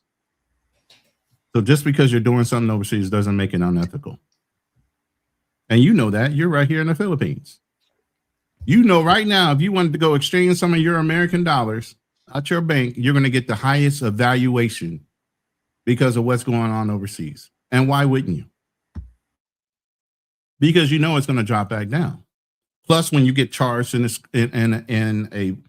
a restaurant, their evaluation of that same dollar is going to be a lot less. Maybe the national average is at 58. When you're in a store for an exchange, they're going to only give you 56 pesos per dollar. If you're at a mom and pop store, they might only give you a 54 evaluation. Why? Because they're going to pocket the profit for themselves when they go exchange it at a bank. But yet and still you feel bad for doing it? Everybody in the world is taking advantage of you when they give you that exchange. That's why we tell most people, go ahead and exchange it for whatever the local currency is. Let the banks figure that shit out. You know, don't, hey, I'm going to charge it in American dollars. Why? So they can give you a lower evaluation than your bank would? Don't do that. Don't go into another country and use American dollars when you're on a credit card. But they ask you, do you want to use local currency or do you want to use your American dollar? Use their currency. The banks will figure that out on the back end and give you your best performance. If you do it, whatever that store wants to charge you, that's what they get to charge you and they pocket the rest. Think about it. Is that unethical? You tell me. Yeah. No, that's a fact, bro. That's definitely a fact. And what the words that you was using was making me think like people get into business to make money. People make money to have a better life. Like it kind of go hand in hand. Like I don't even like when people bitch and moan about like people like Jeff Bezos. Oh man, he's too rich. He literally get paid for the value that he brought to society. Elon Musk got paid for how about you go bring that much value to society and society will more than likely reward you in the same way. It reminds me of what we've been learning over the series that I've been doing with my partner and even O2O's participating in some of this is back in the day, if you were a little hat, you couldn't loan money to another little hat and charge interest. So the best thing they started doing was charging interest to the Gentiles or to people that were not of the little hat faith, because that was the largest gain of their money. They started on the individual personal side and then they moved to, it was more lucrative to do cities and corporations and countries. Loan them money and get the largest gain. You know? So, and that's how they grew. Was that unethical? They were adhering to their religious beliefs. They couldn't loan money out to their own people and charge interest, so they loaned it to other people and charge interest. Well, Yeah. Also, I want to just put that disclaimer. I wasn't a part of those type of conversations because I ain't got no smoke for the small hats. But what I would say is that at the end of the day, Charlie, you was cooking, boy. You was cooking on them. So as much as we see stuff in society, we'll see the Forbes list. But on my platform, I have Deshaun's wealth list or Deshaun's list. And that basically shows not how much value that Jeff Bezos has, but how much value he has created. So when you do see a Jeff Bezos who sits around, let's say 300 billion, you see the 1.2 trillion that is in the hands of people with 401ks, retirement plans, sovereign wealth funds, premiums on insurance. So like majority of the money that's created and the value that's created is not even obtained or kept mostly by the entrepreneur, the founder that innovated all that value. It's mostly dispersed amongst the population for their own financial liberation at a later date when they become of that age. So it's very interesting. And of course, some people just have individual brokerage accounts, so they actually realize that retirement or financial security earlier. So at the end of the day, a lot of these people, have this. But that's cool, Terry. I would just say what you said in front of the immigration officer in Thailand or the immigration officer in Brazil. And I'll say what I say, and let's see whose visa gets approved first. I'm sure that I'll be able to get residency because the immigration and then the actual administration in that country would see me and say, you're bringing value to our society. You're adding money into our markets. You're adding money to our tourism. You're adding money to this, not attempting to come here and take away value by maybe trying to get a job. But people who usually come in that shape, form, or fashion, they favor them. Shout out to Cambodia right here, a 10-year golden visa. And it doesn't say on here how to get it. Is not coming with American dollars and coming broke and trying to be with the poor people here. No, it's telling you, hey, we got poor people here. We don't need no more. We want people with money bags to come over here, add value to our society by bringing your capital or your capital contributions and your skill set and other things that you could bring to the table. So at the end of the day, I just see the world differently, but that's why I've realized my life the way I have, and you have realized your life according. So I don't be really tripping, but I definitely appreciate what Charlie, and I ain't the only one saying it, is like, bruh, these guys create too much value. Y'all be hating on them? Eat the rich. Okay. There's always been that hatred though, Charlie. Like literally, check this out. When they actually broke up Standard Oil with John D. Rockefeller, at that time, Ida Wells, who wrote the bad papers about actually John D. Rockefeller, and she was just mad because he outcompeted her father. So she made up all this information about him. At that time, light, like inside homes, were safe and they were a commodity. Everybody could afford it. Prior to that, it was a luxury of the rich. Prior to that, we had to go out into the ocean and hunt whales. Yeah. People had to get whale oil. You know what I'm saying? So y'all was like, where Africa is today. That means no light in your household. That's how bad it was. But when he came in and he cornered 90% of the market, guess what happened? The prices went down and it was cheap for everybody. But people got mad because he was too rich. Oh man, he got too much money. That's ridiculous. Though he made light sustainable for all people in the United States of America and affordable. So they broke him up. Right? Broke up his companies and they won in that court case, right? But guess what happened? He became 3 times richer when they did that. So y'all always got that hate, but it never worked out for you guys. So eating the rich don't work. Don't try to go down that lane, man. It ain't a cool one. John D. Rockefeller got 3 times richer after they forced him to break up his corporations. So I mean, like, right. Leave them alone. Enjoy your electricity. Enjoy your Jordans. Enjoy your Prime membership and your subscriptions and go on about your life and do what you want to do. But don't be trying to pocket check another guy from adding value. And that's a fact.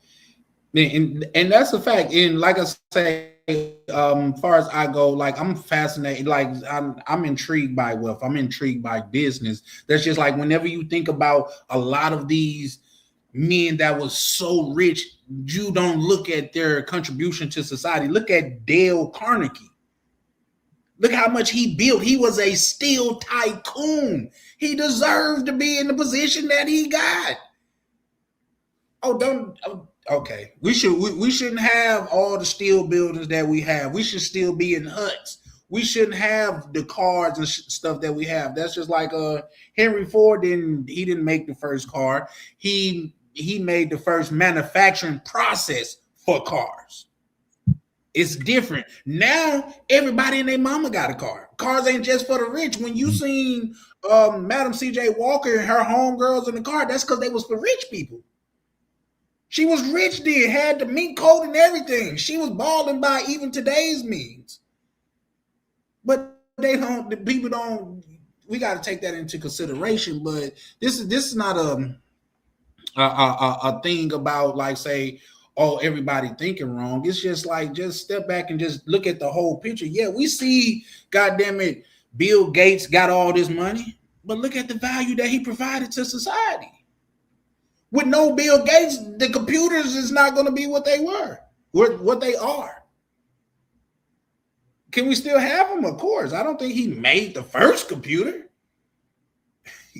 So I don't know. And each one teach one, man. Live your life the way that you see fit. But I'd rather be a part of the game instead of complaining about it.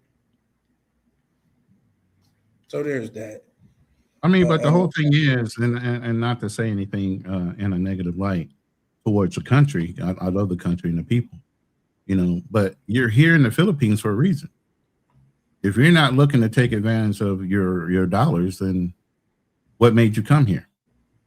Are you living off the land? Are you living off of solar? What are you doing here in the Philippines to add value to your community?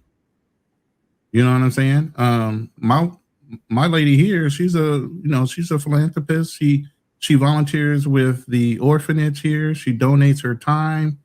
She goes up and visits the Etta people in the mountains. So if you're here on some kind of missionary work, what are you doing? What are you doing to benefit the people if you're not taking advantage of your own dollar here in the Philippines? Just curious if you want to answer that. Why not? Because you're taking advantage of the system. Yeah, but you're taking advantage of the system, you say, because of the American dollar. You're saying that that's immoral. No, it's not immoral. That's called...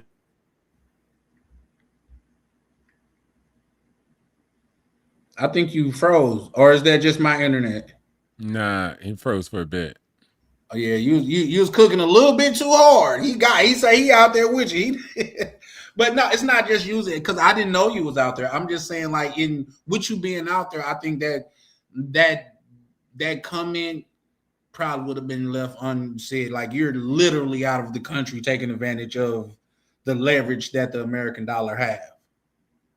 Like, because if you're from America, the chances is less than likely that you left making money here to go out there and make money and live off of that salary.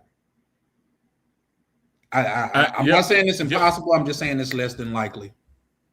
Yo, it's funny because I think somebody said it in the chats. It was Arch. He said, they hate me if I have it. They hate me if I don't have it. And it was hilarious, Charlie. Just yesterday, I was sitting back watching one of the YouTubers go down to Texas where Indians were living. And net, the Indians were winning. And people had negative resentment towards them. Like, oh, those should be American jobs. But they're all there legally, not illegally. And they were still hating on them.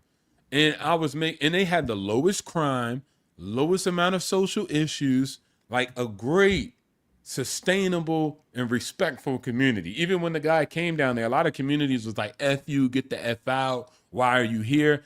The Indians were showing him paperwork, answering all his questions. They thought they was goddamn the police. The way they were treating them, like, okay, yes, sir. Here's this. Do you need anything else?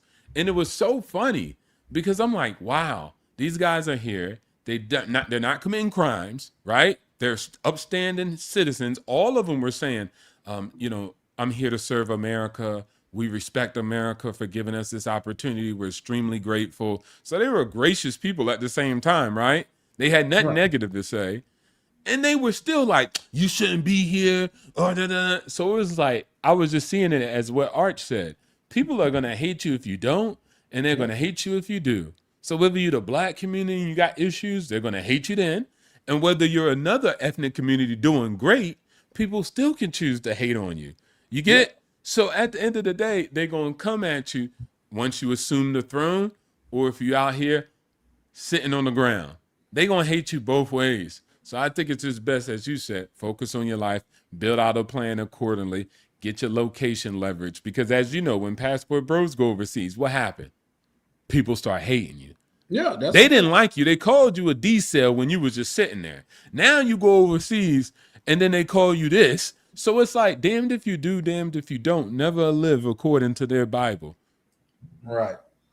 And it's unique that you bring up the Bible. It's people that talk about the Bible, but they talk about Jesus in the negative light. Like what people say, man, how can you feel like you any better than Jesus? And he was perfect and he had haters. So it's like you say, Exactly. you damned if you do, you damned if you don't, man. You know what I mean? So God is God, right? But he still had the devil. He God. You get what I'm saying? So I was telling the dude who was feeling out and down, I'm like, yo, get off my cell phone. I think, let me say this. I'm about to be, what's that guy's name from Lean On Me? HNIC, Head Ninja in Charge. It was Morgan Freeman, but what was his name? Mr. Clark. Mr. Clark. I gotta give y'all Mr. Clark treatment. Because when y'all out here doing drugs and wasting your life and not showing up in school, I take you to the roof and tell you, stop effing around, stop killing yourself slowly with the drugs, jump off the roof now and do it expeditiously. You need to get the hell up out the way. Right. Because at the end of the day, you guys want to be babied. You guys want to be, somebody care about what you're going through and what your struggle is, and you want to kill yourself slowly. But it's like, hey, move out the way. Do it expeditiously or take a charge of your goddamn self and change your paradigm. Because a lot of times these situations, I think people are just, like I said, prolonging the misery, acting like ups and downs ain't a part of life. Even God had to deal with the devil. He created everything. He's all knowing and all powerful. And he still had what? Ups and downs. Jesus. All these examples, constant testaments of people going through real life stuff, up and downs. Name somebody in the Bible that just came into existence and never had no problem. Everything was peaches and creams. Yeah. It don't exist. So if God got to deal with the devil and ups and downs, he had angels and one want to, go against the grain, then he got to put him in his place. If he got to deal with that, why you think you should come into this earth, come into this time and space and live your life on easy mode and have no hardship? No, that's a fact. That is a fact. That's a damn good way of putting it too. You know what I mean? Like, if life was perfect, would it be even worth living though? You know what I mean? Like, if you had everything right the first time, like there would be no room to grow. If you ain't get your heart, bro, you wouldn't get a chance to enjoy love. If it's not for rain, you won't appreciate the sun as much. It all ebbs and flows. It all has ups and downs, man. And you could choose to focus on the ups or you could choose to focus on the down. Is it amen, J-O-B? Yeah. So no, that just is what it is. But once again, like say, I think that's the terrible part. Like say when people choose to judge other people for their decisions and they're not hurting anyone. They're not forcing anyone to do anything, nor are they taking advantage of anyone. Because let's be honest. I think what OTO just said is super extremely valid. Like you saying what you saying at the door of any country, and he's saying what he's saying at the door of any country. Somebody finna get sent home.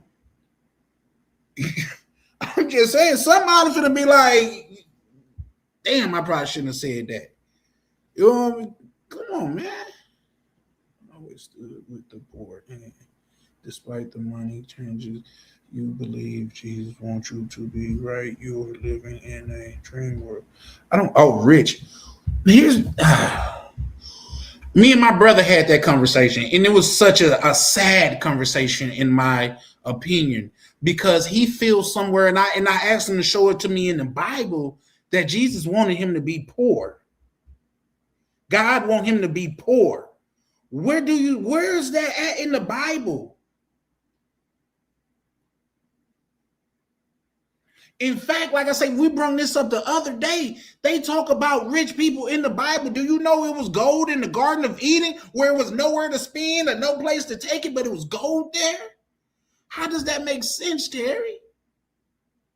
Look it up. There was gold in the Bible. King Solomon was extremely rich.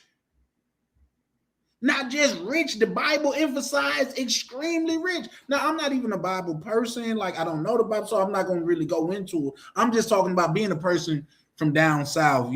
That's kind of like, here's the thing I tell people about down south and religion. Listen, you could be sick and get out of school. You can't be sick and get out of church, because if you're sick, that's where your grandma going to tell you need to be. Let them go pray for you. You know what I mean? So that's how strong that is taken.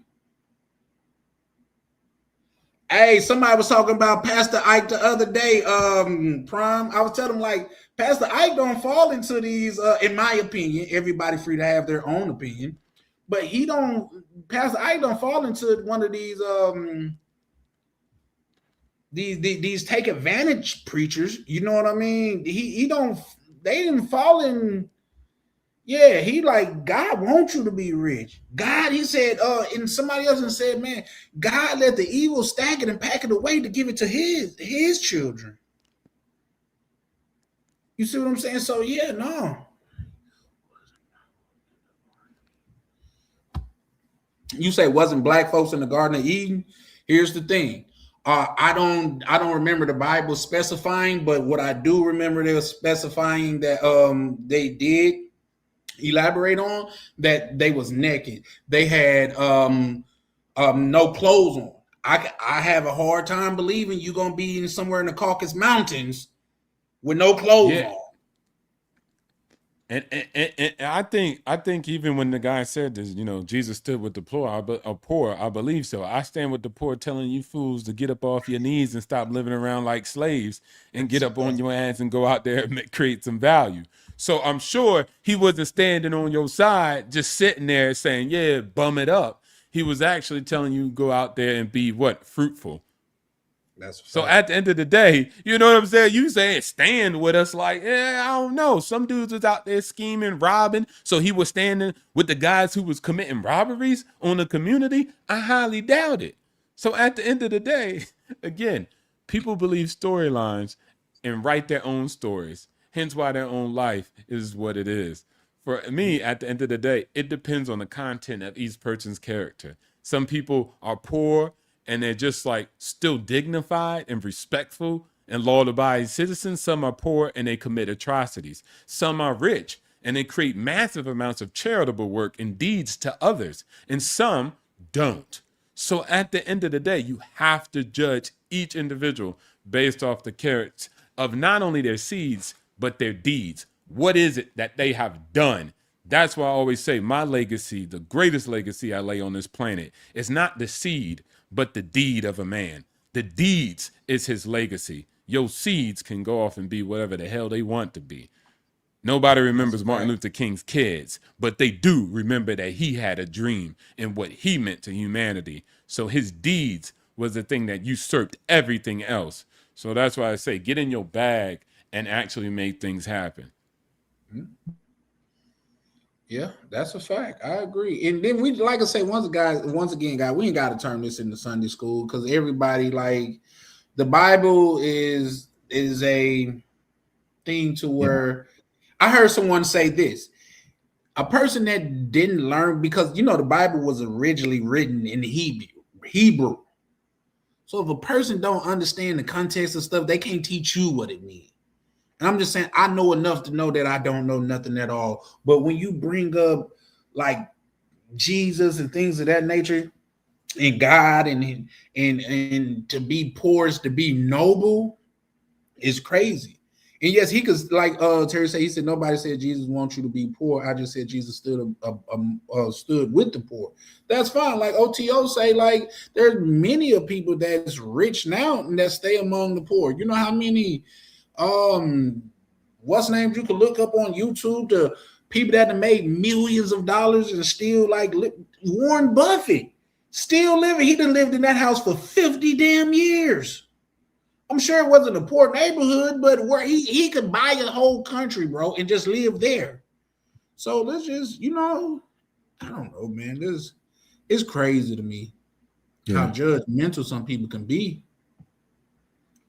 Prime, you're absolutely right. The Bible, the original Bible was the Ethiopian Bible. The Orthodox Christians held the original Bible. The Catholics took it and started dismantling some of the books out of the Bible to rewrite the King James Version. So you're absolutely right. You said the original Bible was written in Arabic. Okay, yep, my bad. I don't where did that?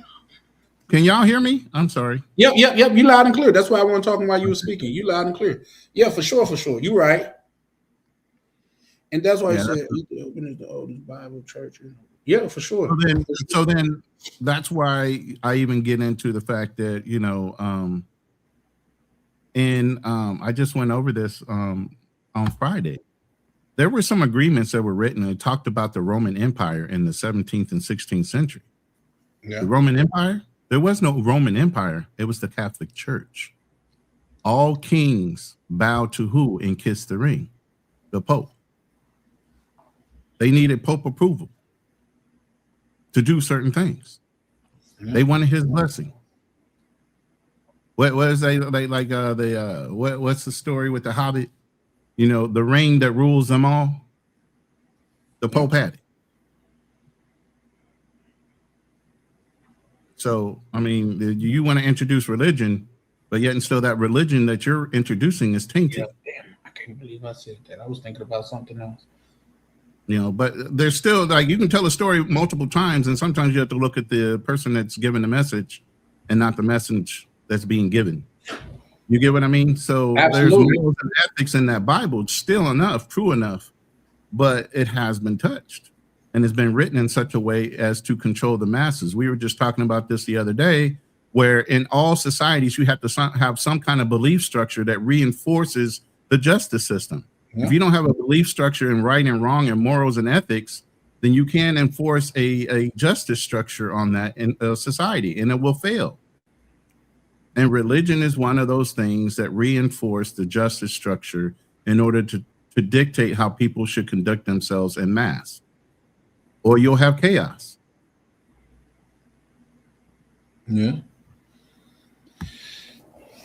Yeah, for sure. Here's the thing. This is what I tell people, and this is what I was telling people, like, say, even if you don't believe in religion, you gotta understand it, and I tell you why. Can you just imagine the state of America if the vast majority of people think once you die, it's over, you don't have to atone for your sins? Just imagine the state that the world would be in if there was at no time you had to pay for this.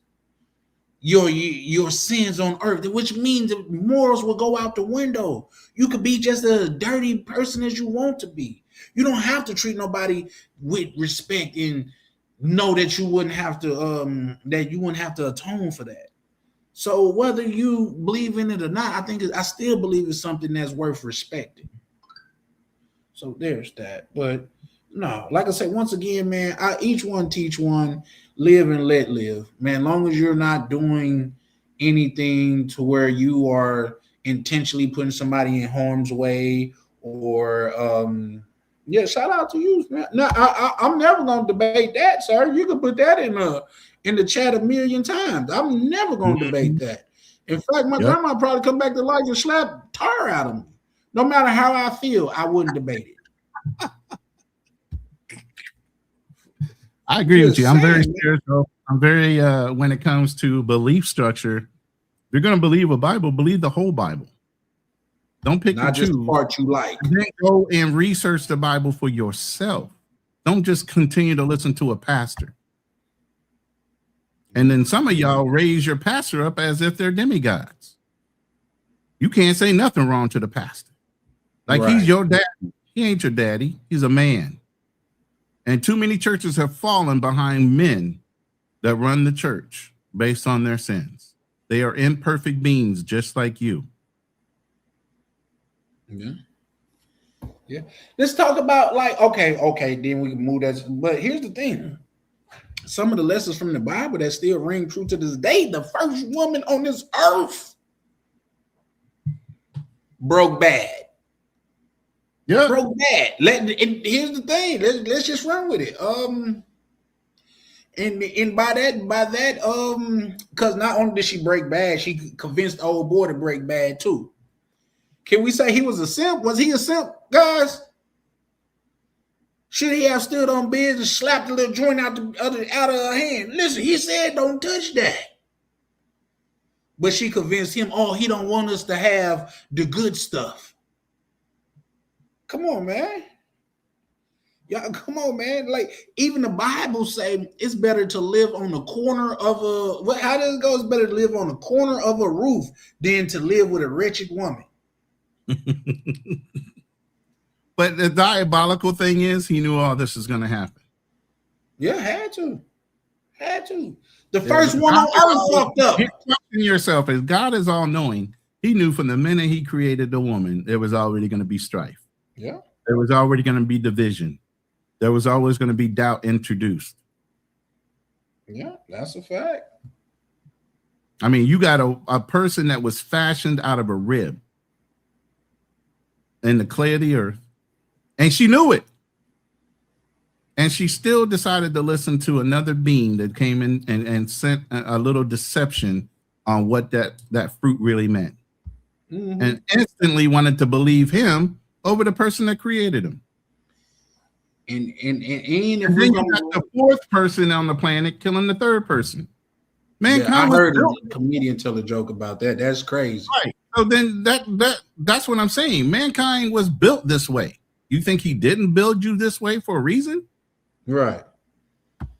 Listen, I heard a comedian like he made light of it, but he was telling the truth. He said it was 4 people on earth, and you took out one of them. One of them, like out of the whole joint. And then since we're talking about riches and stuff like that, Adam and Eve, the way the Bible described it, was rich. Just when you think about it, the terms of rich, they didn't want or need for nothing. They had everything that they needed, and then some. Not just in the terminology is rich freely, to eat of it freely. If I could do anything on this earth and do it freely, that's wealth terminology. But once again, I'm not the Bible guy, but I'm probably gonna get ready to go get me something to eat or something. But no, man, and we got into that just because Terry has said we exploiting places, because that's like a serious accusation though, bro, because some people just want a different life. Some people go out, so you mean to tell me, and you probably need to subscribe, my good sir, because if you haven't seen X-Pac talk about how he have impacted the community of where he lives, you cannot say that man is over there exploiting them. You just can't. And that's serious why I about asked it. him, what are you doing in your community? Yeah. If you're in a province, what are you doing in your community?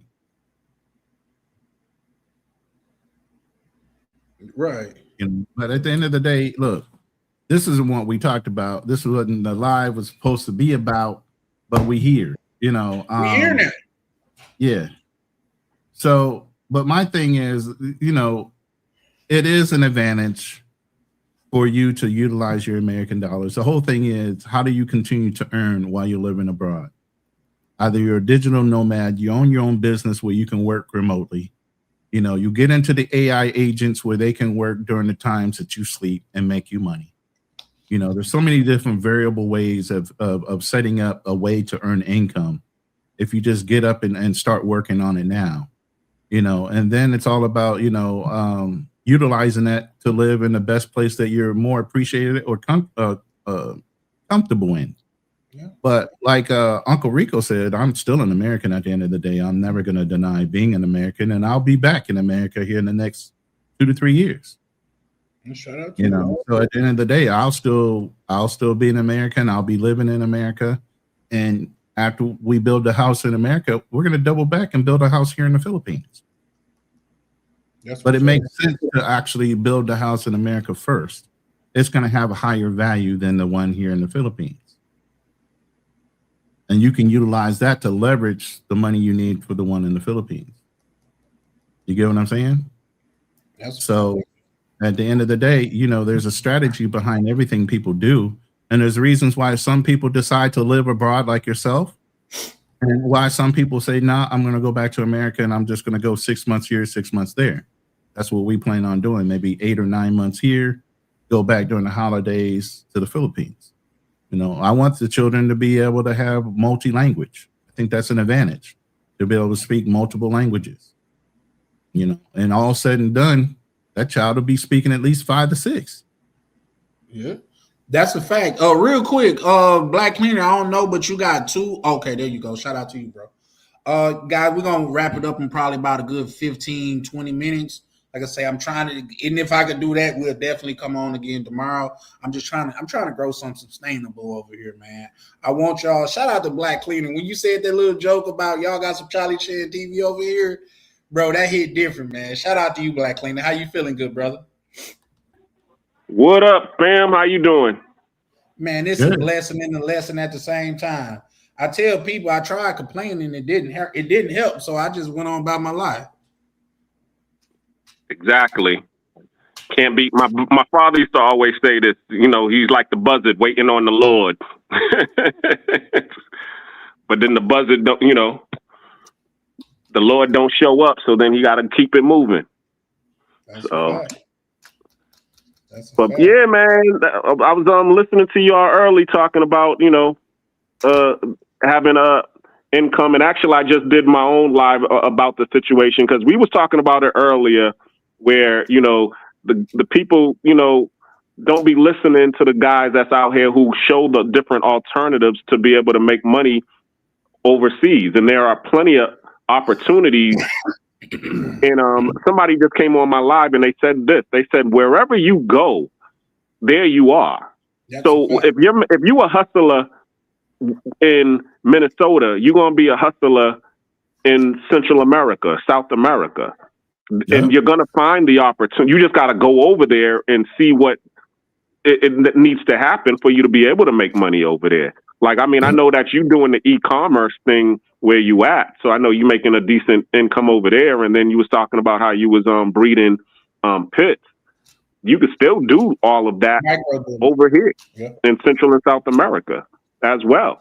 And the money that you make from that is going to, you know, allow you to be able to be comfortable over there, because I know, okay, if you make money doing that, it's not 6-figure income. Like I remember when I was talking to Mr. Flip Flops, and I was talking, you know, we was talking about his restaurant. He was like, I don't, you know, I'm not making no drug dealing money, you know, selling wings over here, but I do make enough money to be able to live and support myself, you know, and the people who work for me, they're able to live and eat and support themselves. And that's all that that matters to me. Is I do have, you know, things going on in the States, but this allows me to be able to support my lifestyle here. And the stuff in the States is my savings. Yeah, definitely don't go to Africa looking for a job. You better have one when you get down there. Financial Frontier, what tell you about that? The finance, I think he was down there for at least 5-6 years running an organization or a company down there. How long were you in Africa? You know, Sean? On and off, you could say about 3 years. Yeah. So, yeah, don't go down there looking for a job. You better have one or established in the company, you know, and utilizing their workforce. You know, and that's You the go same down thing there I was looking going for to a do. job, you about to get punched You by know, an African that's looking Once for I it. got things established, I was going to have, you know, how a lot of people have Filipino AI assistant, virtual assistants. I got one right now today as we speak. You know what I'm That's saying? why I'm, So while I'm switching over here, to the system to where I can fire her. Well, right. So, that's well, a what I'm harsh- doing that's a is harsh- while I'm establishing what I'm going to do is when I get done, I'll hire a couple, you know, virtual assistants to continue to run the programs as I have set up, so they can manage that, and that frees me up to do a lot of other things. You know what I'm saying? But at the end of the day, I'm in the and so is O2O. We're in a area where all kind of manufacturing gets done.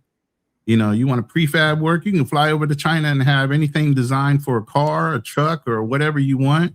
Have it manufactured to where people can order from United States and it gets immediately distributed to different channels. So there's so many different avenues to make money, to where all you're doing is putting two people together. You're the middle guy, and you're still able to leverage that and make an income. You know, I heard this so, before, Ronnie, and chime in on this if you and tell me what you guys think. They say there's no lack of resources, there's just lack of resourcefulness. That's true.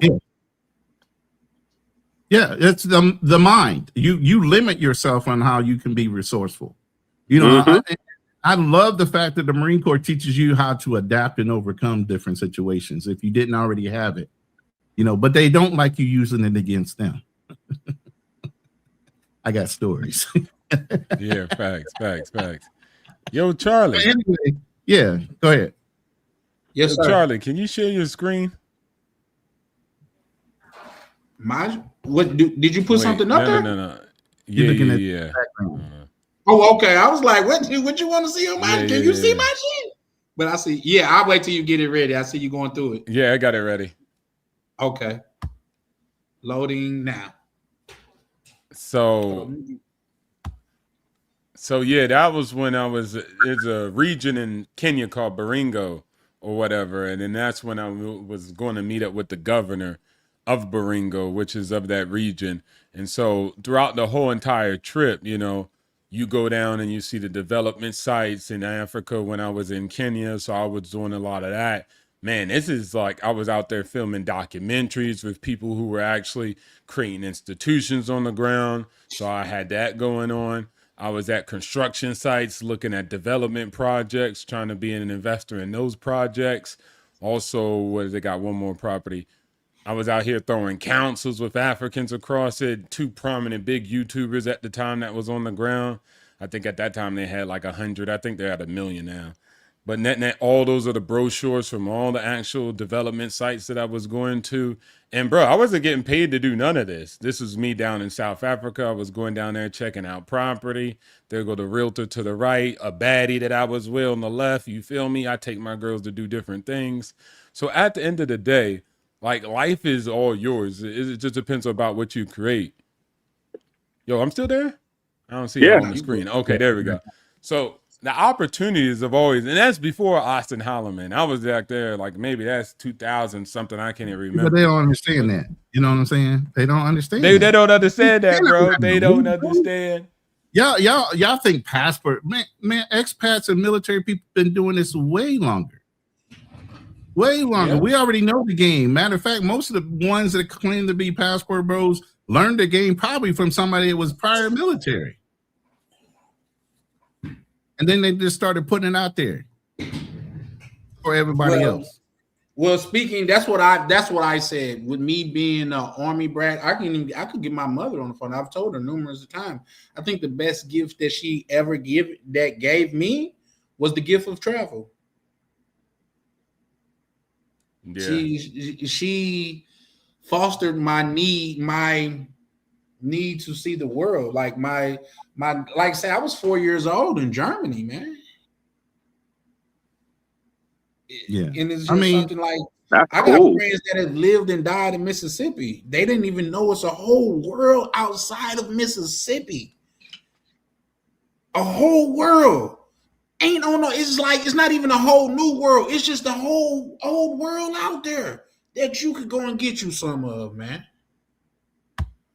China is not the leader of industry. China is the leader of manufacturing. Show me how many patents China has that didn't over enhance something that was already invented. Yeah. They are not the innovators. They are the creators. Yeah, producers. You get what I'm saying? But you're wrong about the first comment that you said, taking out United States dollars. You know how many countries function? Obviously, you don't understand what the petrodollar is. All countries use the United States currency. Up until just recently, now they're trying to diversify that shit because of what's going on. And it's not working too well for them. That's where the BRICS nation came from, and that's not working too well. That was fantasy. That'll never happen. But at the end of the day, they will do a multi-tier approach. That's where it's really looking towards. Instead of having one petrodollar, they'll have a choice between a few. Because there is no one country beside the United States can handle that kind of currency. Not even Japan at one point tried to do it, and they couldn't. So there's no one stable enough country that on GDP-wise that can stand up to the United States. We outmatch when it comes to gross domestic product any other country out there by at least double. You know what's funny that you say that, Ronan? Because I was just watching one of those reels where I was talking about Muammar Gaddafi and how Muammar Gaddafi was trying to create the United States of Africa, and he was saving all of this gold in order to create this United States of Africa currency. And what the Obama administration, led by, the Clintons and all of them, went in there, killed Gaddafi, and took all his gold. Use words delete now. Sorry, delete. Sorry, unalive, and assassinated him and took all of the gold. And it's like, that's what I'm starting to see now. It's like anybody that comes close to being a threat to the American dollar, that's when you start to see that it's not about them wanting to compete with them on a fair scale or a level playing field. It's like, okay, these guys want to be our competition. We're going to do this state property. There ain't no competition. You either going to get down or you going to lay down. Like Benny Siegel said in State Property. Let me say this, and me and O2O just had a whole live on petrodollars. And we talked about the gold standard during that live. Mm-hmm. We had at least 3 times the most amount of gold per weight than any other country, even when we broke off the gold standard and switched to GDP. And still to this day, we still have almost 300 pounds or whatever tons as far as weight. I don't know what it is. So yeah, the gold standard was something he was trying to bring back. But the whole point of that wasn't just the gold standard. It was uniting all the countries in Africa as one. Mm-hmm. That's the biggest thing. It wasn't just about the gold. If you can get Africa to function like the United States, individual states or individual countries becoming statehoods, and then there's the United States of Africa, by far, that's where all the precious metals and rare earth metals are coming from. Why wouldn't they outrank us if you could unite them? And that's the biggest thing. You can't unite those countries. It's too much tribalism, too much other things pointing against each other, but to want to work together.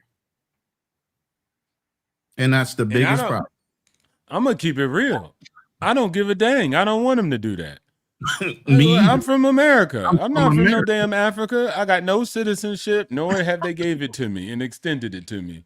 So at the end of the day, I think all people, and then again, let's just go back to, like all people do it. So we keep acting like America not loving the playing field. Nobody does, bro. That's not a real thing. History is never a book of laying an even playing field. Nobody has done that throughout the whole entirety of human history for the most part.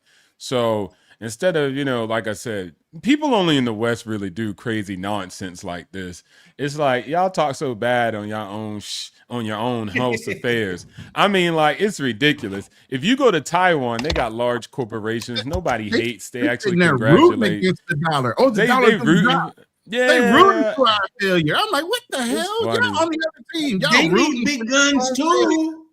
Yeah, they never committed no crimes. They never did no harm to nobody. A bunch of Asians in the region will reject that notion. I think somebody said something about the Iran and Israel thing, and then they was like, "What? There's war in freaking Ukraine. There's beefs in Pakistan for land that's in China. Like, there's Cambodia and Thailand right now going back and forth about borders and land and China who and the owns Philippines what. right now. China and the It's Philippines. every day going in at the it. sea, in the water. So Yeah. everybody got beef. It's a human thing. So if you start And it's been humanizing like a lot that, of too. stuff, it's been like that. So if you just start But we're the humanizing big bully on the everybody, block, and we're the youngest country. we just and I said winning. this on the live too. That's it. Everybody's We envious just of winning. our I like country, that. That's a Listen. shirt.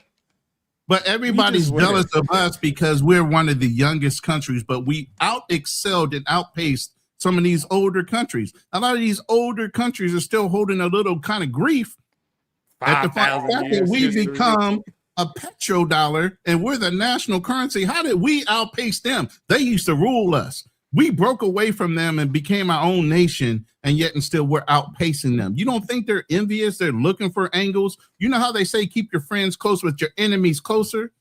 Don't you think that any one of those European countries wouldn't want to try to step on the United States and try to control us just like Israel is doing right now? Don't you think that? Because NATO in itself will not go and help other people. They'll still push the United States to go and do it first. And even when Donald Trump said, hey, won't you send NATO forces over there? NATO said, we don't want nothing to do with it. Listen, guys, I haven't got a chance. Oh, yep, and we're finna wrap up in another 5. But I haven't got a chance to. I've always told myself I was going to look into it, and I just haven't yet because there's always something on the table. But do you know what it was like to be alive when Attila the Hunt was alive, bro? It wasn't no fair. What is fair? Yeah. The Bro, they petrodollar said he just deleted expired in so many 2024. people on the earth till it changed the air. Mhm. Fires, all the people that was burning fires, they wasn't even there to burn fires no more, bro. Yeah. They say this man, there's so many people on this earth to this day have his bloodline because he spread it throughout. And not only was it the British Empire to where they say it wasn't a place where the sun set to where a piece of the British Empire wasn't there. What are we talking about here? Like you say, you on the winning team and you hate it. And we're not even colonizers. Tell you the truth, we're not. We've liberated a lot of countries and held on to them. Philippines in particular, we held on to them since the Spanish-American War until the 1940s. But then brother, they- you ever see this? You ever see this funny but- part? You see Let this me funny say part something where real quick Black about Americans. The petrodollar thing. The petrodollar thing is, and we, like I said, go back and watch our show. Me and O2O did a show. Petrodollar expired in 2024. It was a 50-year contract. So what you talking about with Kissinger and all that bullshit, it's not true. Go back and read and understand for yourself. The petrodollar contract was not renewed in 2024. So ever since 2024, people have just been going along with what's been the standard, United States dollar bill. But it's not as necessarily the standard anymore. Hasn't been since 2024. But go ahead. Sorry, O2O. I didn't want to. No, it's cool. I know Charlie wrapping up. I was just basically going to say, even to that point, Ronan, don't worry about that. If you ain't got more O's than me in the bank account, big bank, take little bank. I ain't listening to nothing you got to say. I'm on my Kanye right now. And then I always say, notice this though, when people go down Brazil, I don't hear them going down and doing the revolution in Brazil. That's where most of the slaves went. 90% of the slaves went to Brazil. So before but you ain't worried about that. You worried about racially ambiguous big booty broads. You ain't worried about going there and liberating them from the tyranny of racism that's systematic. You go down to Brazil, get your little drink on, try to find you some shorties, and I don't hear all that liberation Martin Luther King, Malcolm X talk when y'all go down there. So if you want to liberate somebody and talk about enslavement, Brazil didn't get out of slavery until like 50 years, until America done said it was over with. Brazil been on the worst stuff, but I don't hear y'all talking none of that when y'all go down there. It's where the racially ambiguous big booty broads at. So at the end of the day, I don't want to hear none of that, bruv. Let's get back to locking in your life, setting up a location that's good for your foundation, and building upon that. Talk about that instead of the petrodollar. Talk about how much dollars in your bank account that will allow you to be free and live wherever you want and write life accordingly on your own terms. That is the Hold on. conversation. Hold on, I got a sound bite. He's motherfucking peanut butter and jealous. These fuckers hate us because they ain't us. Y'all hate us because you Hey, I ain't. was. Hey, be that as it may be true, Jerry, but here's the thing. Why you it's almost like self-hate with a lot of you guys, man. Like, why? Like, if that's the case, take off your shoes and go live in a village in a little hut in Africa. Well, he is. He's in the Philippines right now, so I don't understand. But he using American dollars though. I bet he's not using Filipino. I know he is. I know he is. He definitely ain't working for no pesos right now. So yeah, no, I get it, man. Everybody, and here's the thing. Let's be honest. And then, like I said, I'm gonna say this and add to it. You lucky to be from a country to where you could be on the internet saying the terrible atrocity things that you say. In other countries, there's no such thing as freedom of speech. I seen to a news. I can say what I want. He said, "Oh, you think you in America, don't you?" No, I can't even say. Hey, I can't even say certain things here on the mic. Being in the Philippines, you don't have freedoms like that. There are certain things they do not want you saying on the mic, so I won't. But you could get up here and say anything. You could say anything short of threatening the president. You could say anything. In places like, and I haven't been there, so OTO, please correct me if I'm wrong. They say you can't even disrespect their money out there, bro. So you're sitting here. I'm sorry. Go ahead. Terry is sitting here celebrating financial fucking blackmail. You can't get anything out of the streets unless you use the Chinese yuan or rupee. That's financial terrorism. You celebrating that shit. Like, oh, that's the only way. Who the hell is going to respond to blackmail like that? You get what I'm saying? Don't worry. In the next 30 days, that'll be straightened out too. I said 2 weeks. I actually got a bet on my other channel for 2 weeks. So by maybe this weekend, the next, if both of the new socks are there, it's over with. Those boats are done. Smith 3X say they hate us. We don't care. Go Birds. I mean, I wish I could make a bird sound because I would have gone behind that motherfucker. You damn sure right, man. But you know, Terry, like I said, I'm shutting down now, but feel free to pull up and like express yourself, because one like I say, one thing that we have over here is this is not an echo chamber. You know what I mean? No, everybody don't have to agree with each other. This is not that type of channel. The one thing that I ask is that we do converse in a civil manner, and we all have thus far. Sometimes they do get a little heated, but at the end of the day, we all men and we could check our feelings. Absolutely. Even me, I fall short sometimes, but hey, man, we all human. So, yeah, with that being said, you guys got me. Hey, man, I haven't got off in so long. I'm thinking like I'm finna get off work. Like, damn, what I'm finna go do? I'm finna go to, hey, if anybody in the United States, Friday got this thing, and I'm sure it's nationwide, like TGI Fridays. They have 50 cent wing Monday. Only reason why that's nostalgic to me because there's places in Minnesota that have $75 wing day. I come from a time to where it was a quarter wing time. You see what I'm saying? So I'm go, if you there, you close to one, go get you some wings and a good beer, man, and enjoy this soil that you are on. God damn it. Thanks. One thing about it, man, is, and I can say this too, that was the beautiful thing about the Afro Man trial, because they didn't come together as black people, they didn't come together as white people, they didn't come together as men, they didn't come together as women. They came together as Americans. White people was out there saying freedom of speech just like black people was out there saying freedom of speech. And that was a beautiful thing to me. Whether you felt like Afro Man was right or wrong, people came together for the fact of what is America. And I think that you're more than welcome. Hey, Terry, I'm right in that realm. You want to talk geopolitical or military? Come on up. We good. Is what I do. to the bank 90% of the time. Yeah, no, for sure.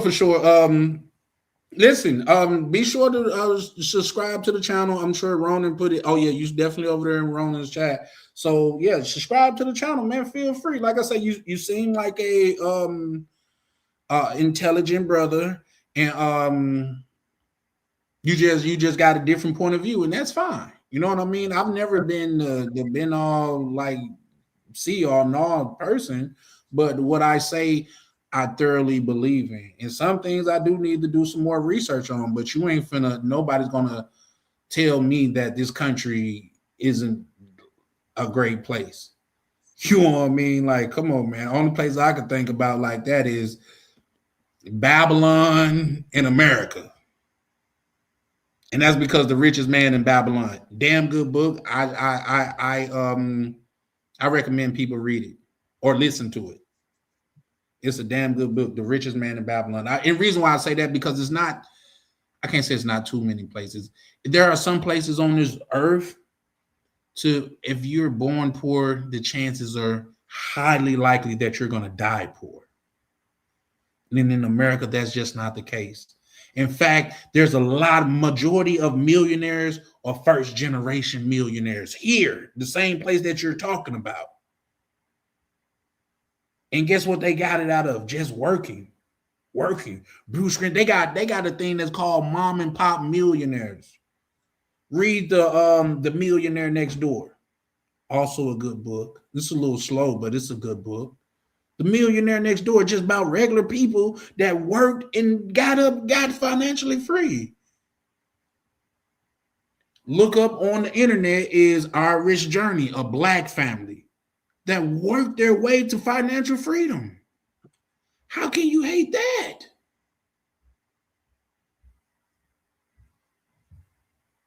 And guess what? They own a property in what is it, Portugal? They own a property in Portugal. Ahmad just put up a video the other day talking about how their property in Portugal just went up.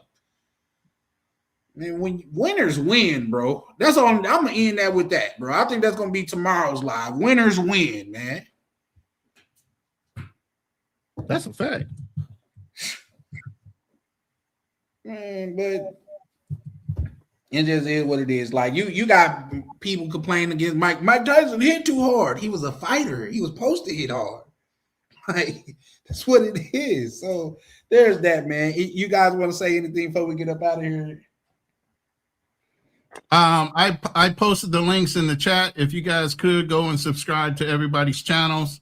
Black Cleaner, I'm trying to post yours before we get up out of here. If he gives me a second, I will. Yeah, but Financial Frontier, myself, go subscribe to my new channel. If you haven't subscribed to my new channel yet, go subscribe to that. This is where we get into these kind of geopolitical, economic kind of conversations with Wealth Talks, Legacy Walks. Or if you haven't subscribed even to my Ronin channel, go ahead and subscribe to it. And then also Charlie Chan TV, our host tonight. Please go subscribe to Charlie Chan TV if you can, please. Thank you very much. Absolutely, man. Shout out to y'all too. Like say, Black Cleaner, you know the score. If you want me to post it, just put it in the back chat. You know I got you. OTO don't want you brokies on his shit. I'm just gonna say that. Yeah, I was just about. You already know. Yeah, I was just about to say that. He don't want you brokies over there, man. I'm just saying, like, you got to get accepted to go watch OTO shit, man. But if you ever do OTO, man, I want you to know the wisdom and the love is appreciated, man. And if you ever, there's no problem. What I will say to everybody, like say, unless it's people that's actually out there doing good, i.e. John Hope Bryant, Our Rich Journey, please do not promote their channel over here. I don't want like the alternative walk of life people, MGTOW and all of that shit. I want nothing to do with them. But brothers that came up and showed themselves to be who they are, is not only my duty, but it's my pleasure to get behind and push brothers that are like-minded.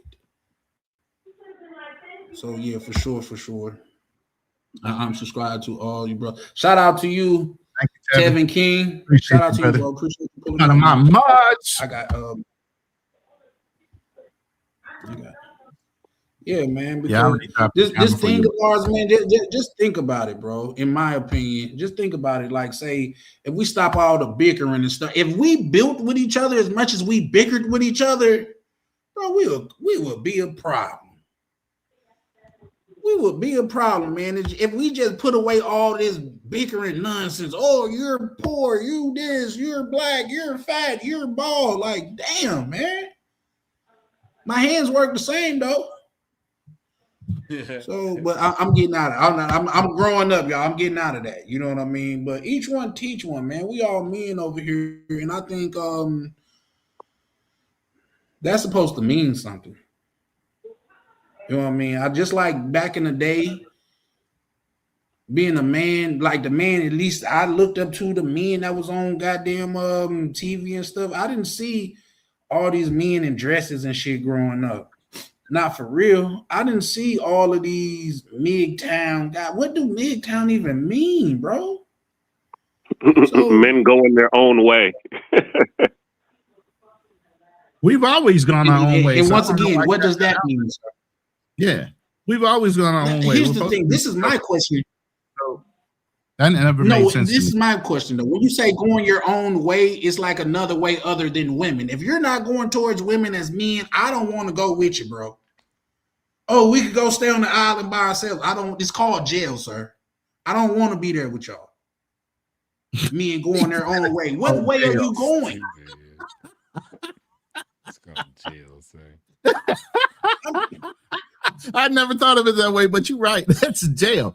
But did you ever hear the street interviews? There was a brother that went and asked women, if you could be on a planet with all women, would you be down for it? All the women said, yeah, we'd be down for just all women. Yeah, women power, blah, blah, blah. He turned around and asked the same question, but in reverse to all men off the street, said, would you want to be on a planet with all men? All the brothers are like, hell no. Why would we want to be on a planet with just all men? That don't make no sense, and they wouldn't want to do it.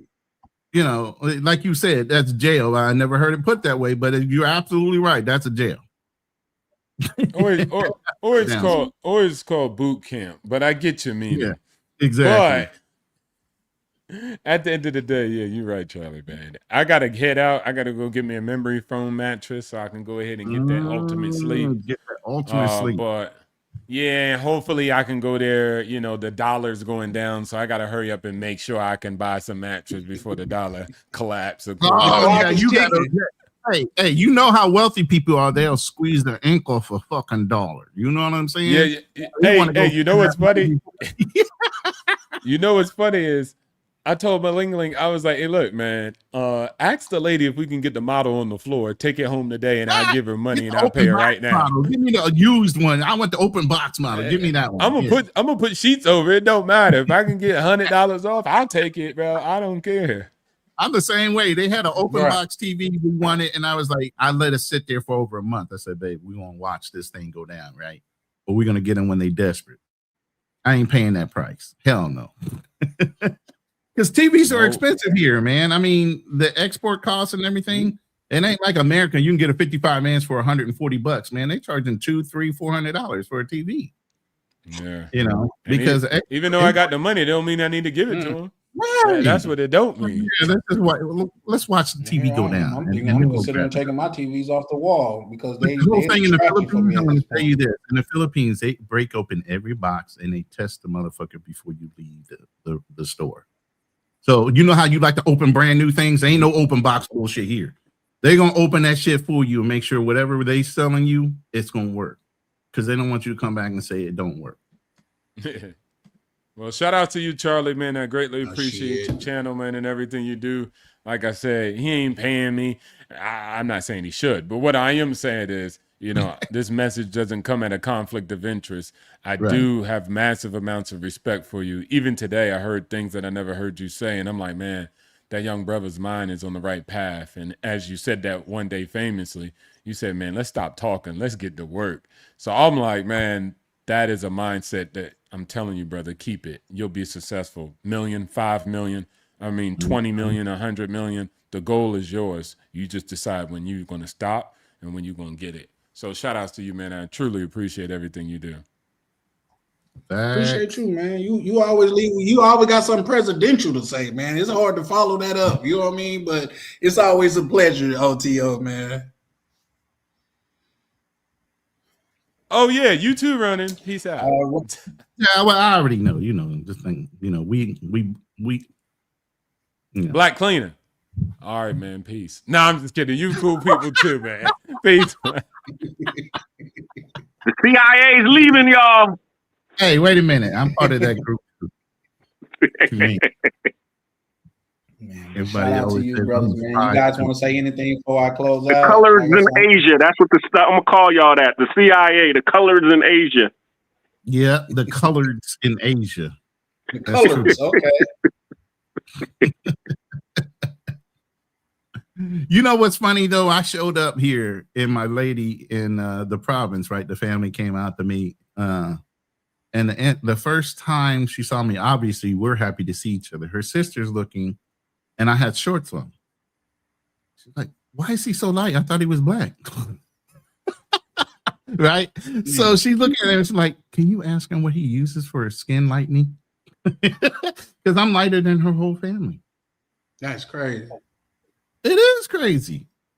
I ain't gonna lie. I love, like, say, the melanated Asian people. I love, like, say, I could tell y'all this. I'm in the province. They're up in the mountains around me. I live where the plateaus. I live in Isabella.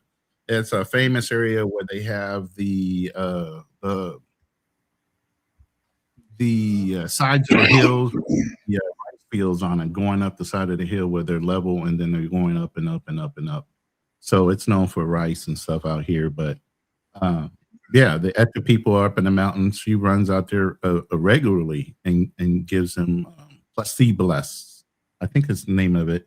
Little gifts, you know, chocolates and different things like that. So she goes and teaches them art and, you know, painting and different things like that. So I plan on filming a lot of that now. The summer's here, but it was raining so much trying to drive up in the mountains, even though I have a truck. She said it would be crazy to get up there because that mud gets thick. And I remember when I was in the Marine Corps, we did a couple missions out here. It was so I had fun because I don't mind getting muddy and dirty. It rained so hard, man. You had combat boots on and the mud sucked your boot into it so deep. When you went to take a step, your foot literally comes out of a tied up boot, combat boot. Your foot would come right out of that bitch because that mud would snatch and hold that shoe so tight. It wouldn't let you take another step. So once it gets wet, it's like, man, you can't, it's got grip. If I can say it that way. But you know what I mean. Yeah, for sure. I feel you. But yeah, I'm gonna listen, I'm not even playing the outro song tonight, guys. I'm just like ecstatic to get up out of here. But what I can say, the good news is this. I will be going live again tomorrow, man, as long as I could keep up this routine. I woke up today earlier than I done woke up in a long time, man. I'm feeling good. I'm finna get some work done. Well, I'm finna go to probably TGI Fridays, give me some of this chicken, and come back and give me some work done, man. So now y'all have stay in the back room, and I'm gonna teach you how to upload that video so you can play it through your intro and your outro. But yeah, for sure. Let's do that. Let me go ahead and end this, man. This Charlie Chan with Charlie Chan TV, man. Y'all, if y'all haven't heard anything. Oh, you want Cleaner, you want to come back in outro? Yeah. Yeah, do your thing, bro. You got me on now? Yeah. Yeah, we can see you. Appreciate the panel. Thanks for having me on. Yeah, also you could check and subscribe to the Black Cleaner. I did do a live earlier. It was actually decent. Ronan asked me about what happened last week with my live. I didn't know. Remember when you told me, Charlie, about the 24-hour rule that you're supposed to do that? I thought that was with YouTube. I didn't know that it was with StreamYard as well. So as soon as I went to do the live on StreamYard to be able to do the panels, my tools wasn't there. And then I saw this countdown clock on StreamYard, like, yo, you got 23 hours before we're able to give you the access to your live panel. And I was like, man. So I did go live last week, but I wasn't able to have people on. So I ended up trying to make sure that all my tools work this week. I actually went live earlier. I'm at 8 o'clock. And I had a couple of people come on to do the panel discussion, and everything was good. So I'm probably going to do Mondays from now on because the people that I got, they like Mondays. So I'm just going to continue doing that. And then I'll just support everybody else on every other day. Bet. So check me out on, on The Black Cleaner. I'm gonna call you can check the about recap. Say it again. Now, I was gonna call you about that, but go ahead. Yeah, I just hit him up on WhatsApp and say, "Yo, what happened to your live?" Yeah, that's really what happened. Was my tools? You know how you all able to go into the studio and allow the guests. I didn't have that on my StreamYard because I never really set it up. I can come on you all's panels, but I never set up my own panel in my own studio. So, you live and you learn. Being a YouTuber. So that was one of the things that I learned the hard way. Mm-hmm. Yeah, that's a fact. Growing pains. Well, it all come with growing pains, bro. You guys seen me with wins and losses on here, man, and I'm wearing them like a badge of honor. So, man, you well on your way. Shout out to Quote Les Brown. He said anything that's worth doing is worth doing wrong until you get it right. Facts. So, yep. But yeah, we're gonna go ahead and close out though, man. Go ahead and do your thing. Peace out, everybody. Thanks, Ronan. We'll talk later. Deuces. All right, for sure. So, yep, man. Terry, make sure to hit the subscribe button, bro. Because, like I say, I'm gonna go live again tomorrow. If I could keep up this schedule, man, I go live a lot more. It's just that when I'm on here for 6 and 7 hours, it's like what the F. Y'all gotta be tired of seeing me at that point because I'm tired of seeing myself. Nah, bro, you gotta put the hours in, bro. I'm telling you, you just gotta do it. Listen, I got 12-hour lives on this joint. I got over 100 hours in lives on here. How is your growth on your subscriber count though? Where are you at right now? I'm getting more traction, but it's really not like a track. Like say when I did my marathon, we gotta keep on saying subscribe, hit the like button. We gotta keep on pressing that. That's the reason why I'm on your channel simulcasting. I'm trying to get people exposed to you. As much as just being live, Yeah, for sure. I'm actually we could talk about that in the back office too, because I got an idea for like a sonar, something animated to like call to action. When I was doing my my analytics and stuff, I was told that I need to do more call to actions, like tell people to subscribe more. So. Yeah, for sure, man. But yeah, no, Terry, you definitely good, and you sound like you not just passionate but informed, because you're gonna need both of them in a intellectual debate. But you sound like you're not just passionate but informed, so that's more than welcome over here at Charlie Chan TV, man. So with that being said, we're gonna go ahead and close out. And once again, man, appreciate everybody for pulling up. Y'all don't forget to check out Vibing with Misha, man. They stay dropping some hot fire, man. You know what I mean? So yeah, they definitely a couple to watch in this YouTube thing, man. Support Ronan, support goddammit Black Cleaner. OTO ain't really rocking with y'all like that, but it's a beautiful thing, man. Shout out to everybody that pulled up. Shout out to POV, shout out to Prime, and shout out to everybody. So y'all have a pleasant one. And this is Charlie Chan TV, over and out.